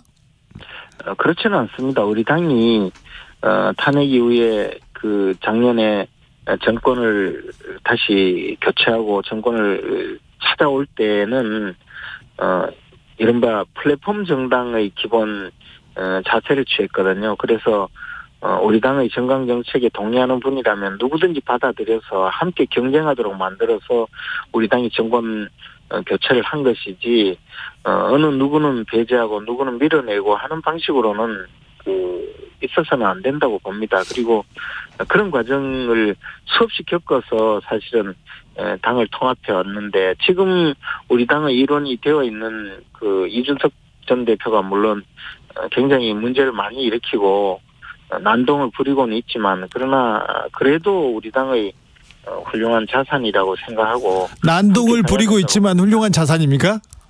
네, 그런 면이 있지만 그러나 실제로 또 우리 당에 꼭 필요한 존재라고 다 인식하고 있습니다. 조수진 최고위원 이준석께는 안 된다 이렇게 하고 이준석 정치 완전 청산이다 이런 얘기 하시던데. 이준석 방식의 정치는 청산해야 된다는 것이 당원의 뜻이라고 저도 생각하고 있습니다. 이번 전당대회에 사실 이준석 전 대표가 출마하지 못하자 자신의 아바타 내지는 자신의 수하들을 풀어서 선수로 뛰게 만들었거든요. 마치 훌리건이 관중석에서 난동을 부리다가 경기장으로 뛰어와서는 선수들 옷을 뺏어 입고 선수로 뛴 것처럼 보이는 그런 지경에 이르렀는데 선수 옷을 뺏어 입었어요? 네, 이제는 그런 식의 정치는 더 이상 그런 식으로 난동을 부리는 정치는 더 이상 해서는 안 된다는 것이 당원의 뜻이라는 것이 저는 이번 전당대회 과정을 거쳐서 드러났다고 봅니다. 예. 우리 당은 사실 굉장히 많은 아픔을 겪은 정당인데 또 내부에서 이런 식으로 내부의 적 행세를 하면 안 된다는 거죠. 그래서 저는 이준석 대표도 그런 면에서 조금 앞으로 자신의 방향을 좀 달리 설정하기를 간곡히 바라는 입장입니다. 이준석 전 대표가 자기의 입장을 바꿀까요? 앞으로 이준석 전 대표는 어떤 정치의 길 향할까요? 바꾸지 않는다면 우리 당에서 점점 소멸되어가는 자신의 모습을 느껴야 할 텐데요. 네. 사실은 우리 당은 보수정당입니다. 보수정당은 어찌됐든 과거의 역사적 경험을 존중하고 과거의 역사적 경험이 미래에도 미래의 길을 밝혀준다는 그런 철학적인 가치를 존중하는 당인데 이준석 대표는 사실 과거의 역사에 대한 존중이라든가 또는 과거의 경험을 갖춘 사람에 대한 존중이 전혀 없습니다. 그래서 그렇게 됐을 때 많은 보수 성향의 우리 당원이나 지지자들의 지지를 잃고 있는 것이거든요. 그래서 그런 면은 좀 스스로 이제 돌이켜보고 갖춰 나가야 되리라고 생각합니다. 입장을 안 바꾸면요. 정치적 노선을 안 바꾸면. 그러면 스스로 이 당에서 점점 입지가 좁아지지 않을까 생각합니다. 그렇다고 해서 그 정도의 약간의 이질적인 생각을 갖고 있다고 해서 당에서 내치거나 밀어낼 그런 상황은 전혀 아니라고 생각합니다. 그래요. 먼저 내치거나 밀어내지는 않는다? 네. 알겠습니다. 자, 안철수 후보는 어떤 행보를 보일까요? 저는 안철수 후보께서 이번 전당대회를 거치면서 약간 자신의 입지를 구체적으로 마련해서 당원들을 설득하는 데는 좀 미진했다고 보고 있습니다. 예. 그러나 그리고 마지막 순간까지 상당히 격한 반응을 보이면서 전당대회 불공정성에 대해서 말씀을 하셨는데 네. 어찌됐든 그런 주장까지 포함해서 득표 결과로 나타난 것이고 그것에 대해서는 승복을 하고 원팀이 되겠다고 말씀하시는 것으로 봐서는 굉장히 우리 당의 일원이 되기 위해서 노력도 하시고 그런 진정성을 보이고 있다고 봅니다. 앞으로 당에서 많은 역할을 해주실 거라고 기대하고 있습니다. 그런데 안철수 후보 지역구가 분당이지 않습니까? 네. 원래 김은혜 수석의 지역구였고요. 네. 그런데 노원을 버리고 지금 분당으로 오셨는데 버리긴 게 아닙니다. 이렇게 노원에서 네. 분당으로 오셨는데 노원에는 이준석 전 대표가 있고요. 네. 이거 지역구 이렇게 정리 어떻게 됩니까? 그건 아직 전혀 예견할 수 있는 상황도 아니고 또 예견할 수도 없는 상황이지만 어쨌든 앞으로 이제 지역구 조정이라든가 또 지역구에 필요한 우리 당의 인재들을 잘 합리적으로 배분해서 총선에 승리하는 것을 목표로 해야 되지 않을까 생각합니다. 그 네. 부분도 앞으로 논의가 되지 않겠습니까? 물론 당사자들의 의사를 가장 충실히 반영해야 되겠지만 네. 어쨌든 시간을 두고 해결해야 될 문제라고 봅니다. 황교안 전 대표 이번 경선도 부정선거다 이런 얘기하던데요. 이런 주장이 있습니다. 아직 구체적으로 본인이 직접 그 주장을 하면서 강하게 어떤 요구사항을 제시하지 않고 있어서 좀 지켜볼 따름인데요. 네. 지난번 대통령 당내 경선 때도 자신이 4명의 압축 후보에 들어가지 못했다고, 네. 4명으로 앞서가는 후보에 들어가지 못했다고 해서 당시 선거 관리를 담당하던 분들 형사 고소를 했었고요. 예. 또 저는 그때 그 조사를 해보니 공정성을 침해한 사실이 전혀 없고 황교안 후보가 주장하는 내용이 사실이 아니라고 발표했다고 해서 저를 또 뭐 명예훼손 그렇습니까? 그리고 선관위원들과 공범으로 고발을 해서 참 좀 우스운 일이 있었는데요. 이번에는 뭐 그렇게까지는 안 하시겠죠, 뭐 설마. 알겠습니다. 벌써 장제원 원내대표 이야기 나온다 이런 보도도 나오던데요.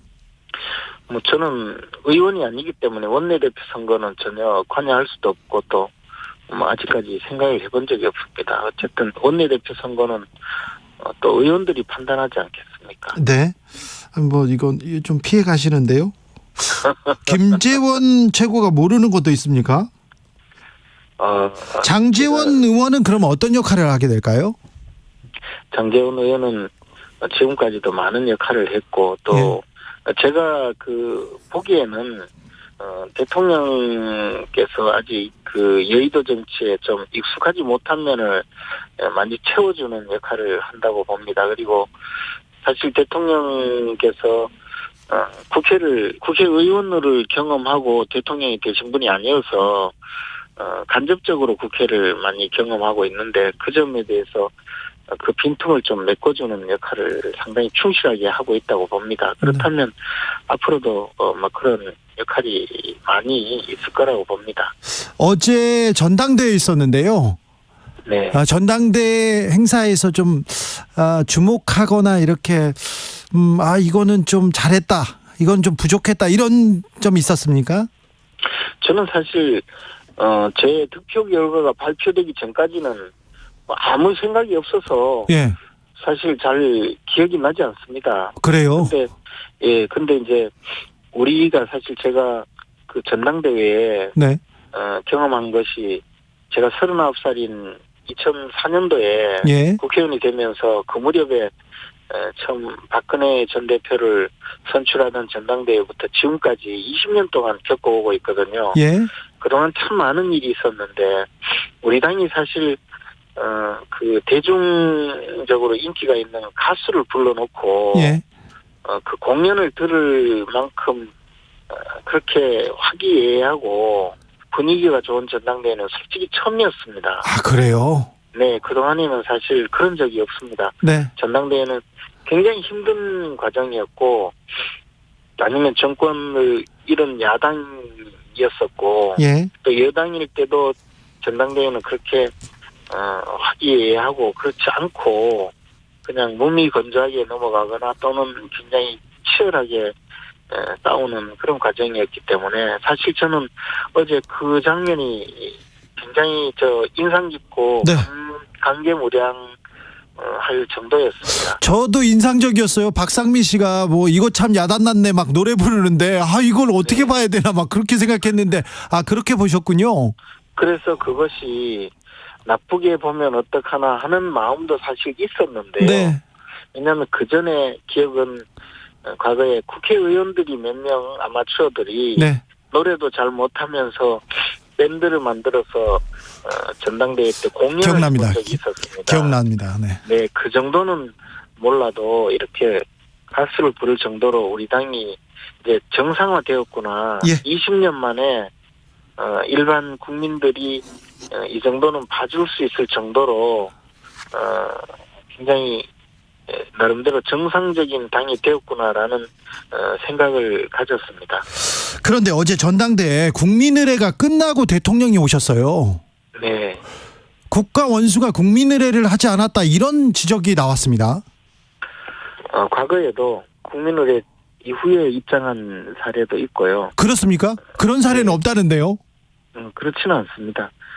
그리고 많은 경우에 또 여러 가지 의전상의 문제라든가 또는 사실 어제 같은 경우에는 경호상의 문제라든가 이런 걸 통해서 현장 관리를 하기 위해서 뭐 그렇게 한 적도 있다고 봅니다. 청와대 정무수석을 하셨잖아요. 정무수석을. 네. 근데 대통령이 국민의례 이후에 입장한 적은 없다고 이렇게 지적하는 탁현민 전 의전비서관이 지적했습니다. 탁현민 씨의 이야기는 굉장히 잘못된 경우도 많고 자기가 아는 것은 지극히 한정된 지식인데 그것을 마치 일반적인 그 내용인 것처럼 과장 왜곡해서 이야기하는 경향이 있어요.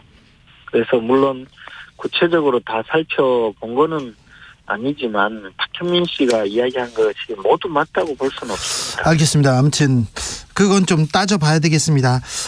네. 야당과의 관계, 거야와의 관계 어찌할지 이거 과제인데요. 김기현 대표 당장 이재명 대표 만나서 자 협치하자, 정치하자 이런 얘기를 했는데 자 그러면요. 곧 그 여야 영수들, 여야 대표들이 만납니까? 여야 대표는 언제든지 만날 수가 있고요. 예. 또 여야 대표는 자주 만나서 허심탄회하게 이야기를 해야 된다고 봅니다. 그런데 사실 민주당이 너무 지리멸렬해서 그렇게 만난다고 해서 큰 그 성과가 있을지에 대해서는 저 개인적으로는 조금 애매한 입장입니다. 지리멸렬한 야당과 만날 필요 있나? 이런 얘기를 하셨는데, 근데요. 아니요, 만날 필요는 있는데요. 네. 늘 만나야 되는데, 네. 그것이 이재명 대표 개인의 구명운동 수준 이상도 이하도 아닐 그런 상황으로 빠져들 수도 있거든요. 쉽게 말씀드려서 이재명 대표 개인의 위상을 높이는 것 정도로 그냥 끝난다면 아무런 성과가 없을 수가 있다는 것이죠. 김성태 상임의장께서는 김기현 대표 정치를 복원하고 이재명 대표와 윤석열 대통령 만날 수도 있도록 만들어야 된다 이런 취지의 얘기도 하셨어요. 원론적이고 지극히 그 훌륭한 이야기이긴 하지만 현실적으로 이재명 대표를 만나서 성과가 별로 나지 않는다면 여야가 대표 회담을 통해서 너무 성과가 없다라는 회의론도 나올 수가 있거든요. 그래서 만나는 거는 언제든지 만나서 얘기를 하고 회담을 해야 되지만 네. 항상 그 결과물을 어떻게 만들지가 양자 간에 네.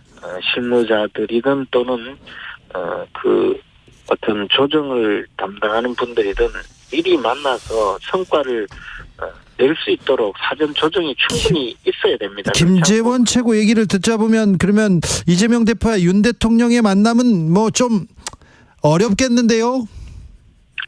지금 곧 교도소로 가야 될 가능성이 매우 큰. 아이고 또 그렇게 말씀하세요. 네. 지극히 정상적이지 못하다고 봅니다. 이 점에 대해서는 이재명 대표께서 너무나 잘 알고 있으리라고 생각합니다. 자, 김재원 국민의힘 최고위원 얘기 들었습니다. 여기까지 듣겠습니다. 고맙습니다. 네, 곧 스튜디오에 모셔서 국민의힘 얘기는 하겠습니다. 네, 고맙습니다. 네. 정치 피로, 사건 사고로 인한 피로, 고달픈 일상에서 오는 피로. 오늘 시사하셨습니까? 경험해보세요. 들은 날과 안 들은 날의 차이. 여러분의 피로를 날려줄 저녁 한 끼 시사. 추진우 라이브.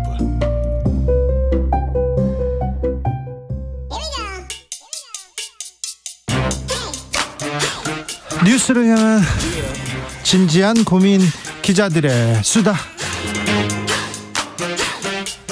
라이브 기자실을 찾은 오늘의 기자는 한결의 오연서 기자입니다. 어서 오세요. 안녕하세요. 국민의힘 얘기 좀 먼저 해야겠죠? 네, 전당대회가 어제 끝났죠. 전당대회 어떻게 보셨어요? 저 현장에 가서 봤었는데요. 대통령이 온다고 하니까 드는 당원들도 많이 왔고. 네, 많이 왔더라고요. 네. 대통령이 나가니까 또 다 빠져나가더라고요. 맞아요. 대통령이 뭐 좀 팬 클럽 행사한다 이렇게 얘기하는 사람들도 있더라고요. 뭐 이렇게 퍼포먼스라기보다 어쨌든 뭐 이렇게 쇼맨십도 이렇게 보여주고 하면서. 네, 1년 전이 생각나더라고요. 저도 그 후보 때 그 유세하고 하던 그런 분위기가 다시 좀 나왔던 것 같습니다. 네. 네. 자, 오연서 기자는 네. 이번 경선 어떻게 보셨어요? 사실 크게 놀랄만한 결과는 아닌 것 같아요. 그러게요. 네. 김기현으로 급격하게 쏠리는 그 조직표 네. 이탈은 크지 않았어요. 별로 없었고요. 모바일 투표 이후에 이제 뭐 캠프나 당 안에서 많이 예측을 했었는데 사실 제 주변에서는 이 수치까지 맞춘 분들이 굉장히 많았었어요. 그러게요. 예. 그러니까 사실 뭐 흐름이 이미 있었던 거고 예. 그 흐름에서 크게 이제 벗어나지 않을 거라는 예측이 많았었던 거죠. 그런데 당원이 많이 들어왔는데 이준석 전 대표 있을 때 그 이후로 당원이 많이 들어왔는데 그래서 이준석 전 대표는 파란일 것이다, 결선 갈 것이다 얘기했는데 네. 조금 지난번 2년 전 그 당대표 선거와는 좀 달랐습니다. 네, 2년 전에는 어쨌든 개혁을 선택을 한 거죠. 그때는 예. 뭐 사실 박근혜 대통령 그 탄핵 이후에 당이 좀 맥을 못 추렸고 총선도 이제 뭐 망했었고 이러다 보니까 당이 되게 존재감이 없었다 보니까 뭔가 좀 변화를 주자 이런 이제 분위기 속에서 이준석 전 대표가 나오면서 이제 그쪽으로 완전히 바람이 쏠린 건데 이번에는 윤석열 대통령이라는 이렇게 확실한 권력이 있잖아요. 네. 이 권력에 힘을 실어주는 게 맞다. 이제 안정을 선택한 당원들이 이제 윤심의 픽을 받은 김기현 대표를 찍어준 거죠. 네. 근데 뭐 어떻게 봐야 되나 성적이 그렇게 좋지는 않았어요. 저 뒤에 있는 항상 저 뒤에 등수가 저 뒤였는데 꼴찌까지는 아니지만 그 1등짜리를 다 제거해가지고 1등 만든 거 아니냐 이런 얘기도 있는데 그런데 최고위원 선거에서도 이준석의 힘 그리고 또 개혁을 외치는 젊은 피들의 힘 혁신의 힘은 조금 영향을 미치지는 못했습니다. 그러니까 이제 이준석 대표 이후에 들어왔던 그러니까 2년 전보다 27만 명이 는 건데 그 당원들이 뭐 딱히 개혁이나 혁신을 원해서 이 당에 들어왔다기보다는 윤석열 대통령한테 힘을 실어주기 위해 들어온 당원들이기 때문에 이 사람들의 선택도 당연히 그쪽으로 갈 수밖에 없다. 이렇게 이제 다들 해석을 하고 있더라고요. 아, 그래요? 예. 그리고 이제 이준석 대표 쪽에선 좀 어떻게 보고 있나 물어봤더니 거기는 어쨌든 좀 무리수라기보다는 좀 강수를 둔 거라고 본인들이 이제 얘기를 하더라고요. 네. 그러니까 어쨌든 이렇게 선명성을 보이면 당연히 당원들이 좀 거부감을 가질 수밖에 없고 안철수 쪽에 우리가 흡수가 되기보다는 안철수 쪽 표를 우리가 흡수해오기 위해서는 조금 더 각을 세워서 선명성을 보여줄 수밖에 없었고 그게 어쨌든 나중에 이제 인지도가 조금씩 떨어지는 당원들한테 인지도가 조금씩 떨어지는 결과로 나타난 것 같다 이렇게 좀 해석을 하고 있습니다. 근데 김기현 출범부터 이미 아까 김재원 최고위원은 그 이준석의 난동 정치다, 훌리건 정치다 얘기하고 네. 조수진 다 화합해도 이준석계하고는 안 돼 이렇게 하면서 갈등이 보여요. 네, 첫날부터 이준석계 완전히 몰아세우더라고요. 뭐 김병민 최고위원도 그렇게 얘기를 했고요. 네, 김병민도요? 네, 뭐라고요? 김병민 최고는? 김병민 최고위원도 이준석 대표가 어쨌든 좀 정도에서 벗어난 비판을 하고 있다 이런 취지의 비판을 하면서 함께 좀 과할 정도로 비판을 넘어섰다 뭐 이렇게 표현을 하고 있습니다. 김병민 최고위원도. 그러면 당장 비주류 자 유승민계 이준석계 이 입장 관계는 어떻게 할까? 둘은 결국은 탈당을 할까? 뭐 공천에서 배제되나 이런 얘기가 계속 이렇게 꼬리에 꼬리를 뭅니다. 근데 어쨌든 이 비윤계나 이준석계나 이런 쪽을 향한 지도부의 메시지는 앞으로 계속 이 수위를 유지하지 않을까 싶습니다. 왜냐하면 이번 결과로 친윤 쪽에 확실히 당원들이 힘을 실어준다는 이 결과가 나온 거잖아요. 그래서 네. 조금 더 기세등등한 이런 메시지가 계속 나올 것 같고 그럼에도 김기현 대표는 후보 시절에 연포탕 정신 많이 강조했었잖아요. 네. 화합이라는 과제가 사실 제일 큰 과제인 건 맞고요. 그리고 뭐 아까 공천도 얘기하시기도 했지만 유승민, 뭐 나경원, 이준석 이번 전대 국면에서 좀 어떤 잡음의 중심에 있었던 이 사람들이 다음 총선에서 또 수도권의 중요한 그 주자들로도 거론되고 있기 때문에 그렇게. 완전히 배제할 수는 없을 것 같습니다. 자, 그러면 안철수 의원은 어떻게 됩니까? 이제 안철수 의원의 역할에 이제 관심이 쏠리는 건데요. 일단은 대통령실에 눈밖에 난 거는 확실한 거고요. 눈밖에 났습니까? 눈밖에 났죠. 이번 상황에서 지금 대통령실이 막 고발하고, 공개적으로, 네. 공개적으로 그렇죠. 고발도 했었고 어쨌든 공개적으로 각을 세우다 보니까 당분간은 이제 안철수 후보 의원이 친윤계하고는 화합하기는 좀 힘든 상황이라서 좀 저도 당분간 행보에는 좀 퀘스천 마크가 찍힙니다. 자, 오연석 기자님. 네. 이준석 공천 받을 수 있을까요? 안철수 공천 가능할까요? 해야죠. 다 해야 되지 않을까라는 게 당 안에서는 제일 많이 얘기가 나오고 있어요. 왜냐하면 이제 그들이 갖고 있는 지지층이 분명히 있고 그리고 수도권이나 이런 데서는 인지도가 또 중요한데 수도권에서 지금 뭐 거론되는 사람들이 이제 그쪽밖에 없거든요. 그래서 김기현 의원이 어떻게든 잘 이제 어우러지게 해서 총선에서도 이들과 같이 이제 또 화합을 해야 된다 이런 목소리가 당 안에서 많이 나오고 있습니다. 민주당은 어떻게 보고 있습니까? 민주당은 어떤 행보를 보입니까? 일단은 야권과의 관계도 좀 좋지 않을 거라는 전망이 많은데요. 일단 친윤계 지도부로 꾸려진 것 때문에도 그렇고요. 그리고 하필 오늘 또 민주당이 김건희 특검법 발의했잖아요. 오늘 했어요. 네, 이것 때문에 이제 이 집권 초반에 이제 좀 좋은 분위기를 형성하는 그런 여야 허니문도 기대하기는 좀 어려울 것 같다라는 얘기가 많이 나오고 있습니다.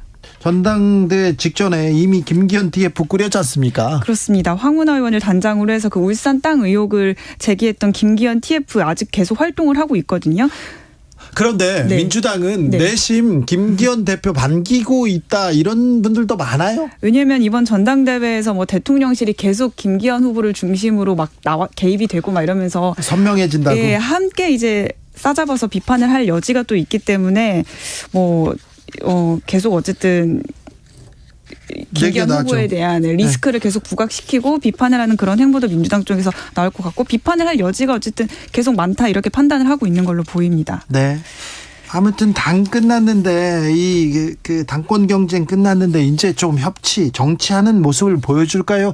김기현, 이재명 그 두 당대표는 어떤 모습을 보일까요? 민생을 어쨌든 공통 분모로 해서 두 사람이 계속 겹치는 메시지들이 있긴 한데 일단 만나야 되는 거잖아요. 네. 만나는 거는 좀 시간이 걸리지 않을까 방금 이제. 그러게요. 바로 만날 것처럼 얘기를 했는데 또 만나려고 또 그래서 바로 만납니까? 또 바로 만날 것 같진 않아요. 그래요. 여야 사정 그렇게 얘기를 하고 있습니다. 여야 사정을 좀 봐서 뭐 그런 여건을 봐서 만나야 된다 이런 얘기를 계속 하고 있는데 딱히 지금 당장 만나야 된다 이런 분위기는 감지되고 있는 것 같지 않습니다. 아니 특별히 근데 정부 여당에서 지금 당권 경쟁을 할 때도 뭐 민생 경제 이런 얘기는 어떻게 하나도 보이지 않았거든요. 그래서 좀 민생 챙기는 모습 말뿐이 아니라 좀 보여줬으면 좋겠습니다. 능력도 좀 보여주고요. 네. 대통령한테도 할 말은 하고 아니면 아닌 건 아니라고 좀 얘기하는 모습 보였으면 합니다. 네, 그런 게 이제 당원들 그 김기현 후보를 뽑지 않은 47% 표심에 이제 그런 메시지가 담겨 있다고 해석이 나오고 있습니다. 그런데 말입니다. 1457님께서 물어봅니다. 그런데요, 황교안 총리님은 어찌 됩니까? 저희도 김기현 대표가 과연 대표가 된다면 황교안 대표까지 끌어안을 수 있을까라는 생각이 많이 들었는데 그럼에도 이제 김기현 대표는 다 끌어안겠다는 뜻을 밝히긴 했지만 오늘 또 뭐 이제 선거 뭐 조작 부정 선거를 또 들고 나왔잖아요. 그래서 당분간 또 당과 거리가 좀 멀어지지 않을까라는 얘기가 많이 나오고 있습니다. 그런데 황교안의 뭐라고 해야 되나 저력도 만만치 않은데 이번에 좀 보여줬지 않습니까? 네, 막판에 토론이나 이런 걸로도 존재감도 보여줬고 그리고 막판의 행보는 또 어땠냐면 뭐 정광훈 목사라든가 이런 약간 극우층이랑 되게 빠르게 막 손절을 하는 그런 행보도 보여왔었거든요. 그래서 황교안 대표 입장에서는 이번에 꼭 대표가 되지 않더라도 얻은 게 많다 이런 얘기가 당 안에서도 돌았는데 결국에 마지막에 또 부정선거 얘기를 다시 꺼내면서 또 당에서 좀 아쉽다는 소리가 나오고 있습니다. 정순신 변호사 이제 사건은 이제 다 끝난 겁니까? 오늘 뭐 교육위에서 이제 현안 질의가 좀 있었는데요. 아무래도 전당대회나 이런 것 때문에 조금 관심이 오늘 뉴스에서 묻혀지긴 했었네요. 그러네요. 네. 이거 되게 중요한 문제인데 바로 이렇게 묻힙니까? 네, 여야 어쨌든 상임위 차원에서 현안 질의하면서 계속 좀 그것도 석연치 않은 부분이 또 있는 거잖아요. 다른 학교 문제도 있는 거고. 이번 기회로 학폭을 뿌리 뽑기 위해서 어른들이 좀 학교에서는 행복하게 아이들이 조금 공부할 수 있도록 뛰어놀 수 있도록 그런 환경 만들어야 될 것 같습니다. 맞습니다. 예, 국회에서 좀 더 논의를 해야 될 것 같습니다. 한겨레 오연서 기자와 이야기 나눴습니다. 감사합니다. 감사합니다. 교통정보센터 다녀올게요. 김한나 씨. 네, 시각 교통정보입니다. 서울 시내는 점차 교통량 늘고 있습니다. 강변북로 구리방면 원효대교에서 영동대교 쪽으로 밀리고 있고요. 반대 일산 쪽으로는 한남대교부터 가양대교까지 속도 내려갑니다. 나란히 가는 올림픽대로 공항 방면으로는 영동대교부터 가양대교까지 1시간 조금 안 되게 소요되겠고요. 반대 잠실 방면 가양대교 남단 부근에서 사고가 나서 4차로가 막혀 있습니다. 또 북부간선도로 종암분기점 방면으로는 구리 나들목에서 종암분기점까지 가는데 25분은 생각하셔야겠습니다. 경부고속도로 서울 방면 도동분기점 부근 1차로에서도 사고 때문에 부근으로 혼잡하고요. 이후 오산에서 동탄분기점까지 또 달래내에서 한남나들목까지 11km 정체입니다. 마지막으로 영동고속도로 인천 쪽으로는 둔대분기점 갓길에서 사고를 처리하고 있어서 군포 나들목부터 쭉 밀리고 있고요. 이 전후로는 동수원에서 부곡나들목까지 또 군자분기점에서 영동선 시점까지 8km 정체입니다. KBS 교통정보센터였습니다.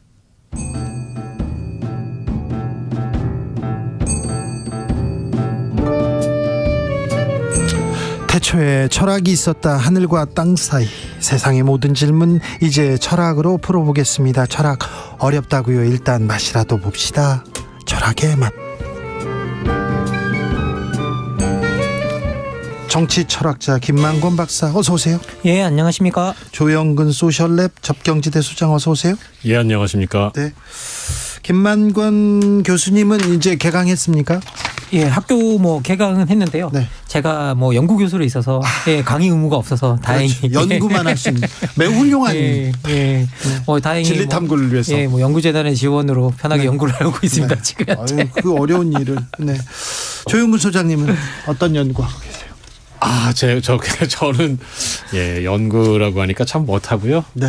늘 고민만 하고 살고 있습니다. 네, 저희는 동네주로 있으니까요. 네. 저희 동네에서 일어나는 일들 고민하죠. 네. 네. 오늘도 또 고민할 주제가 있어요.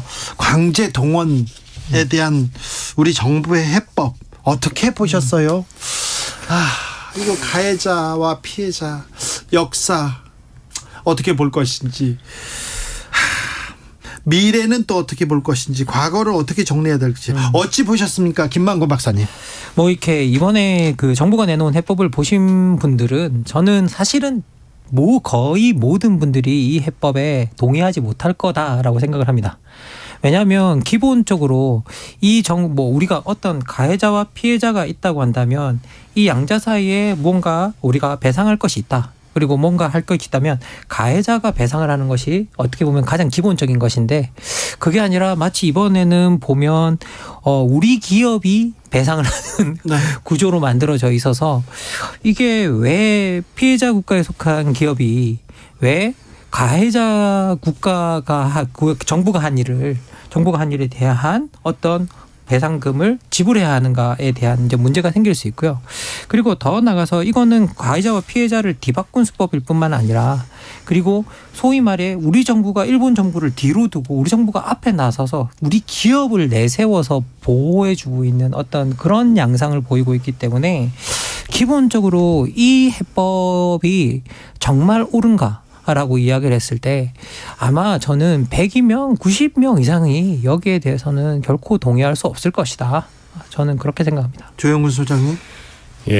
다 공감하시겠지만 무엇보다 피해자들이 완전히 배제된 그들의 아픔을 조금도 감안하지 않은 그런 결정이었다는 점은 다들 마찬가지 심정이실 거예요.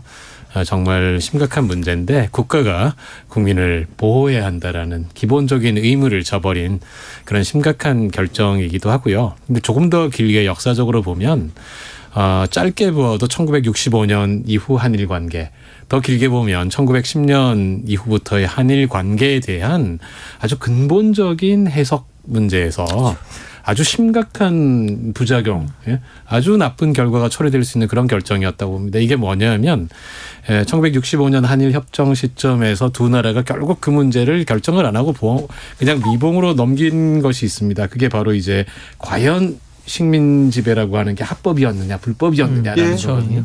그 문제를 봉합을 해버렸어요. 결정을 안 하고 넘어갔습니다. 이거 당연하지만 대한민국 정부는 이것은 원천적으로 부정이다 라고 보고 있는 것이고, 일본은 아니다, 그건 그렇지 않다, 결과적으로 우리가 미안하게 생각하지만 우린 공식적으로 우리 식민지배는 합법적인 절차를 거쳐서 있었던 아주 합법적인 지배였다라고 주장하고 있는 거예요. 근데 이번 같은 경우는 바로 그런 식민지배의 과정에서 일어난 피해에 대해서 우리나라가 대한민국이 피해를 배상하게 했다라는 점에서 사실은 식민지배가 합법이었다고 주장하는 일본이 이 주장을 이용해서 봐라 너네들도 인정하지 않았느냐라고 할 그런 근거로 활용될 가능성이 농후합니다. 네. 그리고 좀 안타까운 부분이 뭐냐면요. 이번에도 뭐 계속 미래 이야기를 하고 있는데 이 미래를 강조하는 분들이 정말 쉽사리 있는 게 뭐냐면 모든 미래는 과거가 된다는 아주 간단한 사실. 이 말은 뭐냐면 모든 미래도 역사가 됩니다. 예. 그러면 이건 사실 미래에도 역사가 어떻게 이것을 갖다가 이야기하게 될지에 대해서 근본적인 어떤 인식이 없었던 것 같고요. 그리고 우리가 뭐 이에치카 같은 어떤 역사란 무엇인가에 보면 아주 유명한 말이 있죠. 역사란 과거와 현재의 대화이다라고 이야기를 하고 있는데요. 사실 이번 결정 같은 경우에는 역사가 과거와 현재와의 대화이면 현재와 미래만 있고 과거는 사라졌기 때문에 사실은 역사를 어느 정도 부정했다라고 밖에 볼 수 없는 어떤 그런 결과까지 나올 수 있다라는 것이 생각이 들고 이 역사를 부정했다라는 말 자체가 지금 조윤근 소장님께서 말씀해 주신 아주 나쁜 사례를 만들 수 있다라는 것들. 그리고 더 나가서 이번에 이런 결정이 무서운 건 뭐냐면 정치가 우리 내부적으로 합의된 역사적 인식마저 뒤엎을 수 있다라는 아주 나쁜 사례를 납니다. 그러니까 정치가 이렇게 선언한다고 해서 역사가 정립됩니까? 과거가 그렇게 끝나는 것도 아니지 않습니까? 예, 그렇죠. 우선 하나는 이게 지금 미래지향적으로 가자. 언제까지나 일본이 군국주의 침략자가 아니고 미래의 협력 파트너다. 이런 얘기를 윤 대통령께서 하셨다고 그래요. 그런데 이게 사실은 보면 김대중 오부치 선언이 이번에도 여러 번 언급되고 있지 않습니까? 이걸 계승하겠다. 근데 김대중 오부치 선언이 1998년에 있었고 굉장히 중요한 양국 관계에서 아주 중요한 기초가 되고 있습니다. 근데 여기서 2항, 11개 항으로 돼 있는데 2항에서 이야기를 하는 게 무엇이냐 하면 바로 과거 직시입니다. 네. 그러니까 다시 말하면 일본이 과거 한때 식민지 지배로 인해서 한국 국민에게 큰 손해와 고통을 안겨주었다는 역사적 사실을 겸허히 받아들이면서 통절한 반성과 마음으로부터 사죄를 한다. 자, 과거에 대한 직시, 통절한 사죄 그 얘기를 지적했고요. 그리고 오부치 수상이 사과했어요. 그러게요. 사과를 했어요. 거기에서 미래에 대한 얘기가 나왔던 겁니다. 그렇습니다. 근데 그런 부분이 없이 그런데요. 철학적으로 피해자가 가해자를 보고 네가 잘못한 거 알아. 내가 다 용서할게. 피해자가 이것도 얘기하더니 피해자 옆에 사람이 얘기했네. 피해자가 다 얘기할게. 그래, 너가 잘못한 거 알아. 내가 다 잊고 미래로 갈게. 그러면 가해자가 어떤 제스처가 나와야 이게 손이 맞잡아질 수 있는 거지 않습니까? 예, 기본적으로 저희들이 이제 그런 것들 때문에 어떻게 보면 그 전쟁 범죄에 관한 연구들이 쭉 이어져 왔고요. 그리고 이제 뭐 하나 좀 말씀드리면 우리가 일본이 언제까지 사과하란 말이냐 이런 말을 하시는 분들이 되게 많은데 이건 명확하게 학문적으로 뭐라고 이야기했냐면 피해자들이 이제 됐다고 할 때까지다. 라고 합니다. 그리고 두 번째는 뭐냐라고 하면 어떤 피해자가 우리가 뭔가 하야하고 싶은 피해자가 자꾸 사과를 요구하는 이유는 뭐냐면 사실 피해자들도 그 고통스러운 기억에 휩싸여 있거든요. 더 잊고 싶죠. 더 잊고 싶어요. 그래서 그 고통스러운 기억으로부터 벗어나는 가장 좋은 방법이 뭐냐면 가해자로부터 사과의 말을 듣고 용서하는 과정이에요. 그러니까 그 사과가 있어야 용서를 할 수 있거든요. 맞습니다. 많은 분들이 이렇게 이야기해요. 그거 용서하고 그냥 보내라 그러는데 잘못한 사람이 용서를 안 비는데 용서하는 건 용서가 아니라 그냥 그 엘사 레리꼬거든요. 그냥 보내버리는 거거든요. 그래서 이거는 뭐 말도 안 되는 과정이고요. 그리고 그런 사과가 분명히 있다라는 건 되게 중요한 부분이 뭐냐면 그 사과가 우리의 미래에 이런 일이 다시 없을 거야라는 약속을 보증하는 행위이기 때문이에요. 맞습니다. 그렇죠. 그리고 더 나가서 그 사과의 진실성은 어디서 나오느냐라고 하면 내가 잘못했기 때문에 그 당시 잘못한 것에 대한 모든 법적인 책임을 지겠다라고 말하는 데서 있는 거거든요. 그렇죠. 그래서 배상도 따라와야 된다라고 우리가 이야기를 하는 겁니다. 그러면 왜 배상을 꼭 돈으로 받느냐는 분들이 되게 많은데요. 아쉽게도 인간이 저지른 행위, 그렇게 우리가 법적으로 감옥에 넣을 수 없는 행위잖아요. 여기에 대해서 우리가 되돌릴 수 있는 유일한 방법이 배상금밖에 없기 때문이에요. 그 상징적으로. 네. 예, 그래서 이 부분에 대해서는 여러분들이 좀 인식하셨으면 좋겠고요. 그래서 지금 현재 그래서 벌어지고 있는 이 모든 일들이 좀 어떻게 보면 비상식적인 절차를 밟아가고 있고, 그리고 처음에 서두에 말씀해 주셨듯이 사실 여기에 이 해법의 중심에 있어야 되는 건 한국 정부와 일본 정부가 아니라 피해자거든요. 자, 피해자가 있고 가해 기업이 있습니다. 그래서 이번에 이 외교부에서도 원칙을 세웠는데 가해 기업의 배상과 그리고 일본과 가해 기업의 사과가 가장 중요한 원칙이었답니다. 근데 이걸 무시하고 그냥 밀어붙였어요. 2081님께서 과연 누가 이런 중재를 생각해냈는지 정말 궁금해요. 자식이 깡패한테 두들겨 맞고 왔습니다. 깡패는 무서우니 그냥 두고 아버지가 자식에게 보상해 줄 테니 그냥 참으라는 식입니다. 어이가 없습니다. 이렇게도 얘기합니다. 예, 그 강제동원 피해자를 대리했던 변호사 임재성 변호사께서 여기에 대해서 입장을 밝혀놓으신 것을 제가 읽었는데요. 사실은 이제 이 판결이 나왔습니다. 그래서 기업에게 배상을 하라라고 했는데 법적으로 배상하지 않고 사실 어떻게 보면 타협책 이렇게 자발적으로 배상하는 이런 방식에서 보면 크게 6가지 조합이 있을 수 있다는 거예요. 그러니까 한국 기업과 일본 기업 그리고 일본에서 배상 책임이 있는 기업. 이 3개의 선택지가 있고 그다음에 또 하나가 일본 정부가 사과하는 것, 그다음 사과하지 않는 것.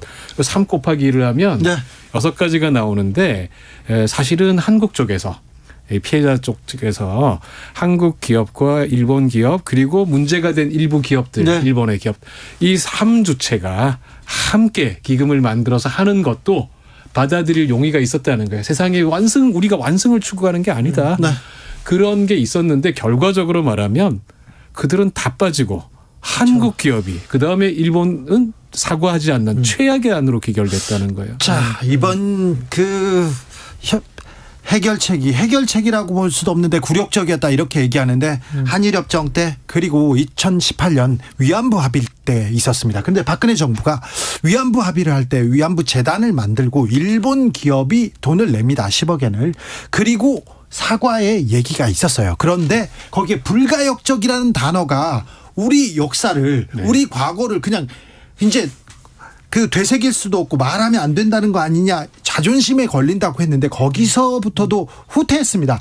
그런 완전히 후퇴했죠. 완전 후퇴죠. 예. 더 굴욕적인데 왜 지금 국민 정서는 왜 국민들은 이걸 좀 바라보고 그때의 시선과는 좀 다릅니다. 왜 그럴까요? 정말 저는 이 시선 자체가 달라졌는 데 대해서는 잘 모르겠습니다. 저는 이게 이렇게 말씀드리면 좀 죄송스러운 말씀일 수도 있는데 이번 정부에 대한 기대치가 너무 낮은 거예요.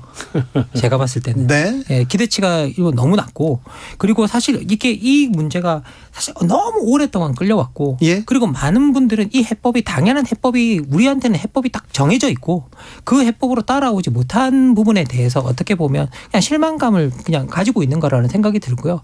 그리고 저는 기본적으로 우리가 이 사태를 들여다봤을 때 좀 아쉬운 부분은 뭐냐면 이번에 이런 합의가 나올 수밖에 없었던 상황이 너무 우리 정부가 일본한테 우리가 서두르고 있다는 걸 계속 보였어요.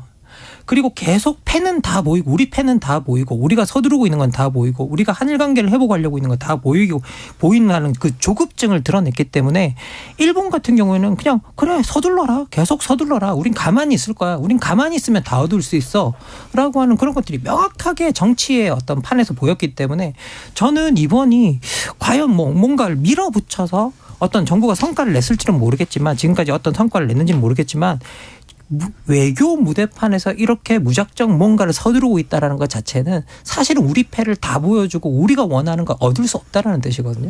그래서 기본적으로 지금 현재 우리 정부가 외교 협상력이나 아니면 외교의 태도나 이런 데에 상당히 문제점을 드러낸 대표적인 사건이다라고 그냥 외교력 협상력을 떠나서 우리 정부가 대한민국의 이익, 국민의 이익, 국가의 이익을 떠나서 일본의 이익을 위해서 지금 이런 협상안을 내놨다 이런 얘기를 하는 사람도 있습니다. 그런데요, 소장님, 최근에 식민지배 받은 나라 중에 이렇게 배상하라고 악쓰는 나라가 어디 있냐, 이게 최고급 민사의 말입니다. 대통령의 친구라는. 그런데요, 또 일장기 목사도 나왔어요. 유관순 누나를 모욕하는 일장기 목사도 일장기를 달고 흔들고 있습니다. 이걸 어찌 봐야 됩니까? 그리고 친일파, 나 기꺼이 친일파 되겠다. 도지사가 이런 얘기를 하고 있어요. 이런 그 시대 흐름을 어떻게 봐야 됩니까? 일단은 전 이런 분들 때문에 너무 힘들어요. 그러니까 이성적으로 뭔가를 하고 싶어도 그러니까 이성적으로 설명이 안 되는 부분이잖아요. 이런 분들 때문에 저희가 갑자기 그 반대편에서도 격한 반응이 나올 수밖에 없는 상황이잖아요. 우선 하나는 말씀을 드리겠습니다. 우선 그 식민지배 보상하라고 배상하라고 악쓰는 나라가 어디냐. 일단은 아마 여러분들 다 아시겠지만 식민지를 많이 가졌던 나라들이 하나가 지차되는 승전국이었습니다. 네. 그래서 전쟁 후에 오랫동안 사실은 식민지배에 대한 배상 책임을 이들이 지지 않았던 것도 사실이에요. 하지만 갈수록 거기에 대한 문제 제기가 많이 나오고 있습니다. 예를 들어서 1940년대 인도네시아에서 이 네덜란드가 식민지배하다가 학살을 했거든요. 네. 여기에 대해서 2011년에 네덜란드 법원이 전쟁 범죄에는 시효가 없다. 네. 라고 하면서 네덜란드 정부의 책임을 인정했고 2013년 네덜란드 정부가 유족 한 명당 2만 유로씩 배상을 했어요. 자, 일본 이야기를 해보겠습니다. 일본이 2차 대전 중에 미국 내 일본계 이민자들이 강제 수용당했잖아요. 적성국 출신이라고. 이게 미국에서 1988년에 공식 사과하고 생존자들에게 배상했습니다. 미국만 그런 게 아니고 브라질에서도 그런 일이 있었거든요. 네. 역시 마찬가지로 2013년에 브라질이 공식 사과를 했어요. 일본도 그렇게 하면 됩니다. 네. 자기들이 요구하는 것처럼 하면 되고 이 부분에 대해서는 저는 분명하게 생각합니다. 앞으로 계속 더 많은 곳에서 제기를 할 것이고 한국이 오히려 더욱 선도적인 역할을 할 역사적 책임이 있습니다. 그럼요. 네. 기본적으로 이렇게 그 이야기를 처음 들었을 때 식민 지배받은 나라 중에 지금도 사죄나 배상하라고 악쓰는 나라가 어딨냐라고 이제 그런 말을 들었을 때는 좀 약간 어처구니가 없었고요. 지금 사례는 워낙 우리 조영구 소장님께서 잘 소개해 주셨고 실제로 그런 일들이 일어나고 있고 정작 우리와 관계 있는 일본이 그런 방식으로 이제 맞습니다. 어떻게 보면 보상을 받았기 때문에 배상을 받았기 때문에 우리가 일본이 자기가 미국과의 관계에서 했던 것을 우리한테 옮겨오면 된다라고 이제 말씀해 주셨는데 그 부분도 상당히 맞는 말씀이라고 생각이 들고요. 그리고 지금 현재 이제 그 악을 쓴다는 표현에서 모두가 알 수 있듯이 저는 이게 근본적으로 이제 이런 말을 그냥 이게 사실은 막말에 되게 가깝잖아요. 네. 이게 자신이 피해자가 아니라고 막말을 하는 건가 싶기도 하고 이게 가해한 자들이 사과하지 않겠다고 이렇게까지 한결같이 지금 사실은 일본을 악을 쓰고 있는 거잖아요. 가해한 쪽에서 우리가 사과하지 않게 이렇게 사과하지 않겠다고 지금 또 악을 쓰고 있는 건데 이런 건 괜찮고 피해 입은 쪽이 사과라고 하는 요구들을 악 쓴다고 말하는 것 자체가 얼마나 이성적인 발언인가에 대해서 우리가 생각해 볼 수 있고요. 그리고 일본에 대한 반성을 요구하는 주체는 피해를 본 사람과 그리고 피해자들과 그 자손들이거든요. 그래서 이제 어떻게 보면 한국 정부가 아니라는 사실을 좀 깨달아 주셨으면 좋겠어요.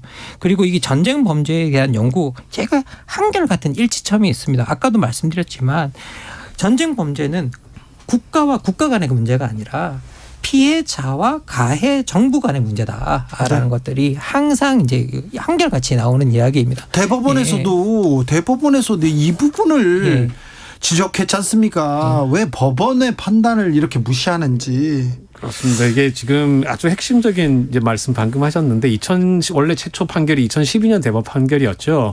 그 대법 판결 때 핵심적인 내용이 원고가 제기했던 손해배상 청구라는 것이 청구권 협정이라는 국가 간 협정에 의해서 개인의 청구권이 소멸되지 않는다는 것이거든요. 굉장히 중요한 국제법적 진전입니다. 사실은 국가라고 하는 거대한 행위자들이 사실은 경우에 따라서 얼마나 정략적인 판단들을 합니까? 네. 그것에 의해서 이 개인이 가진 근원적인 인권 같은 걸 지울 수 없다라는 주장입니다. 그렇죠. 정말 중요한 주장이고 네. 이것이 어떤 의미에서 역사적 진보죠.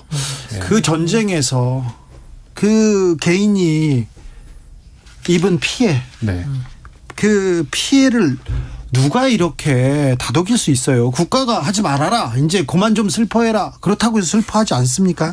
결코 포기할 수 없는 가치가 있는데 그 가치를 너무 쉽게 판단한 거 아닌가. 정치가 그 역사를 이렇게 예단해버린 건 아닌가. 굉장히 좀 우려됩니다. 철학의 맛, 오늘의 결정적인 한마디로 마침표 찍어보겠습니다. 권력이 인권을 지울 수는 없다.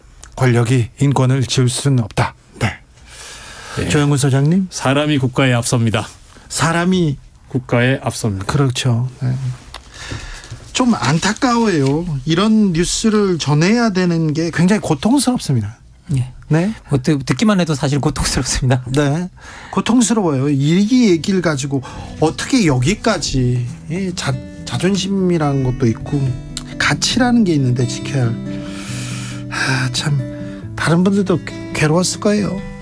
철학적으로 들어보니까 더 괴롭네요. 죄송합니다. 아이고 아닙니다. 네. 오늘도 잘 배웠습니다. 김만구 박사님 감사합니다. 조영근 소장님 감사합니다. 예, 감사합니다.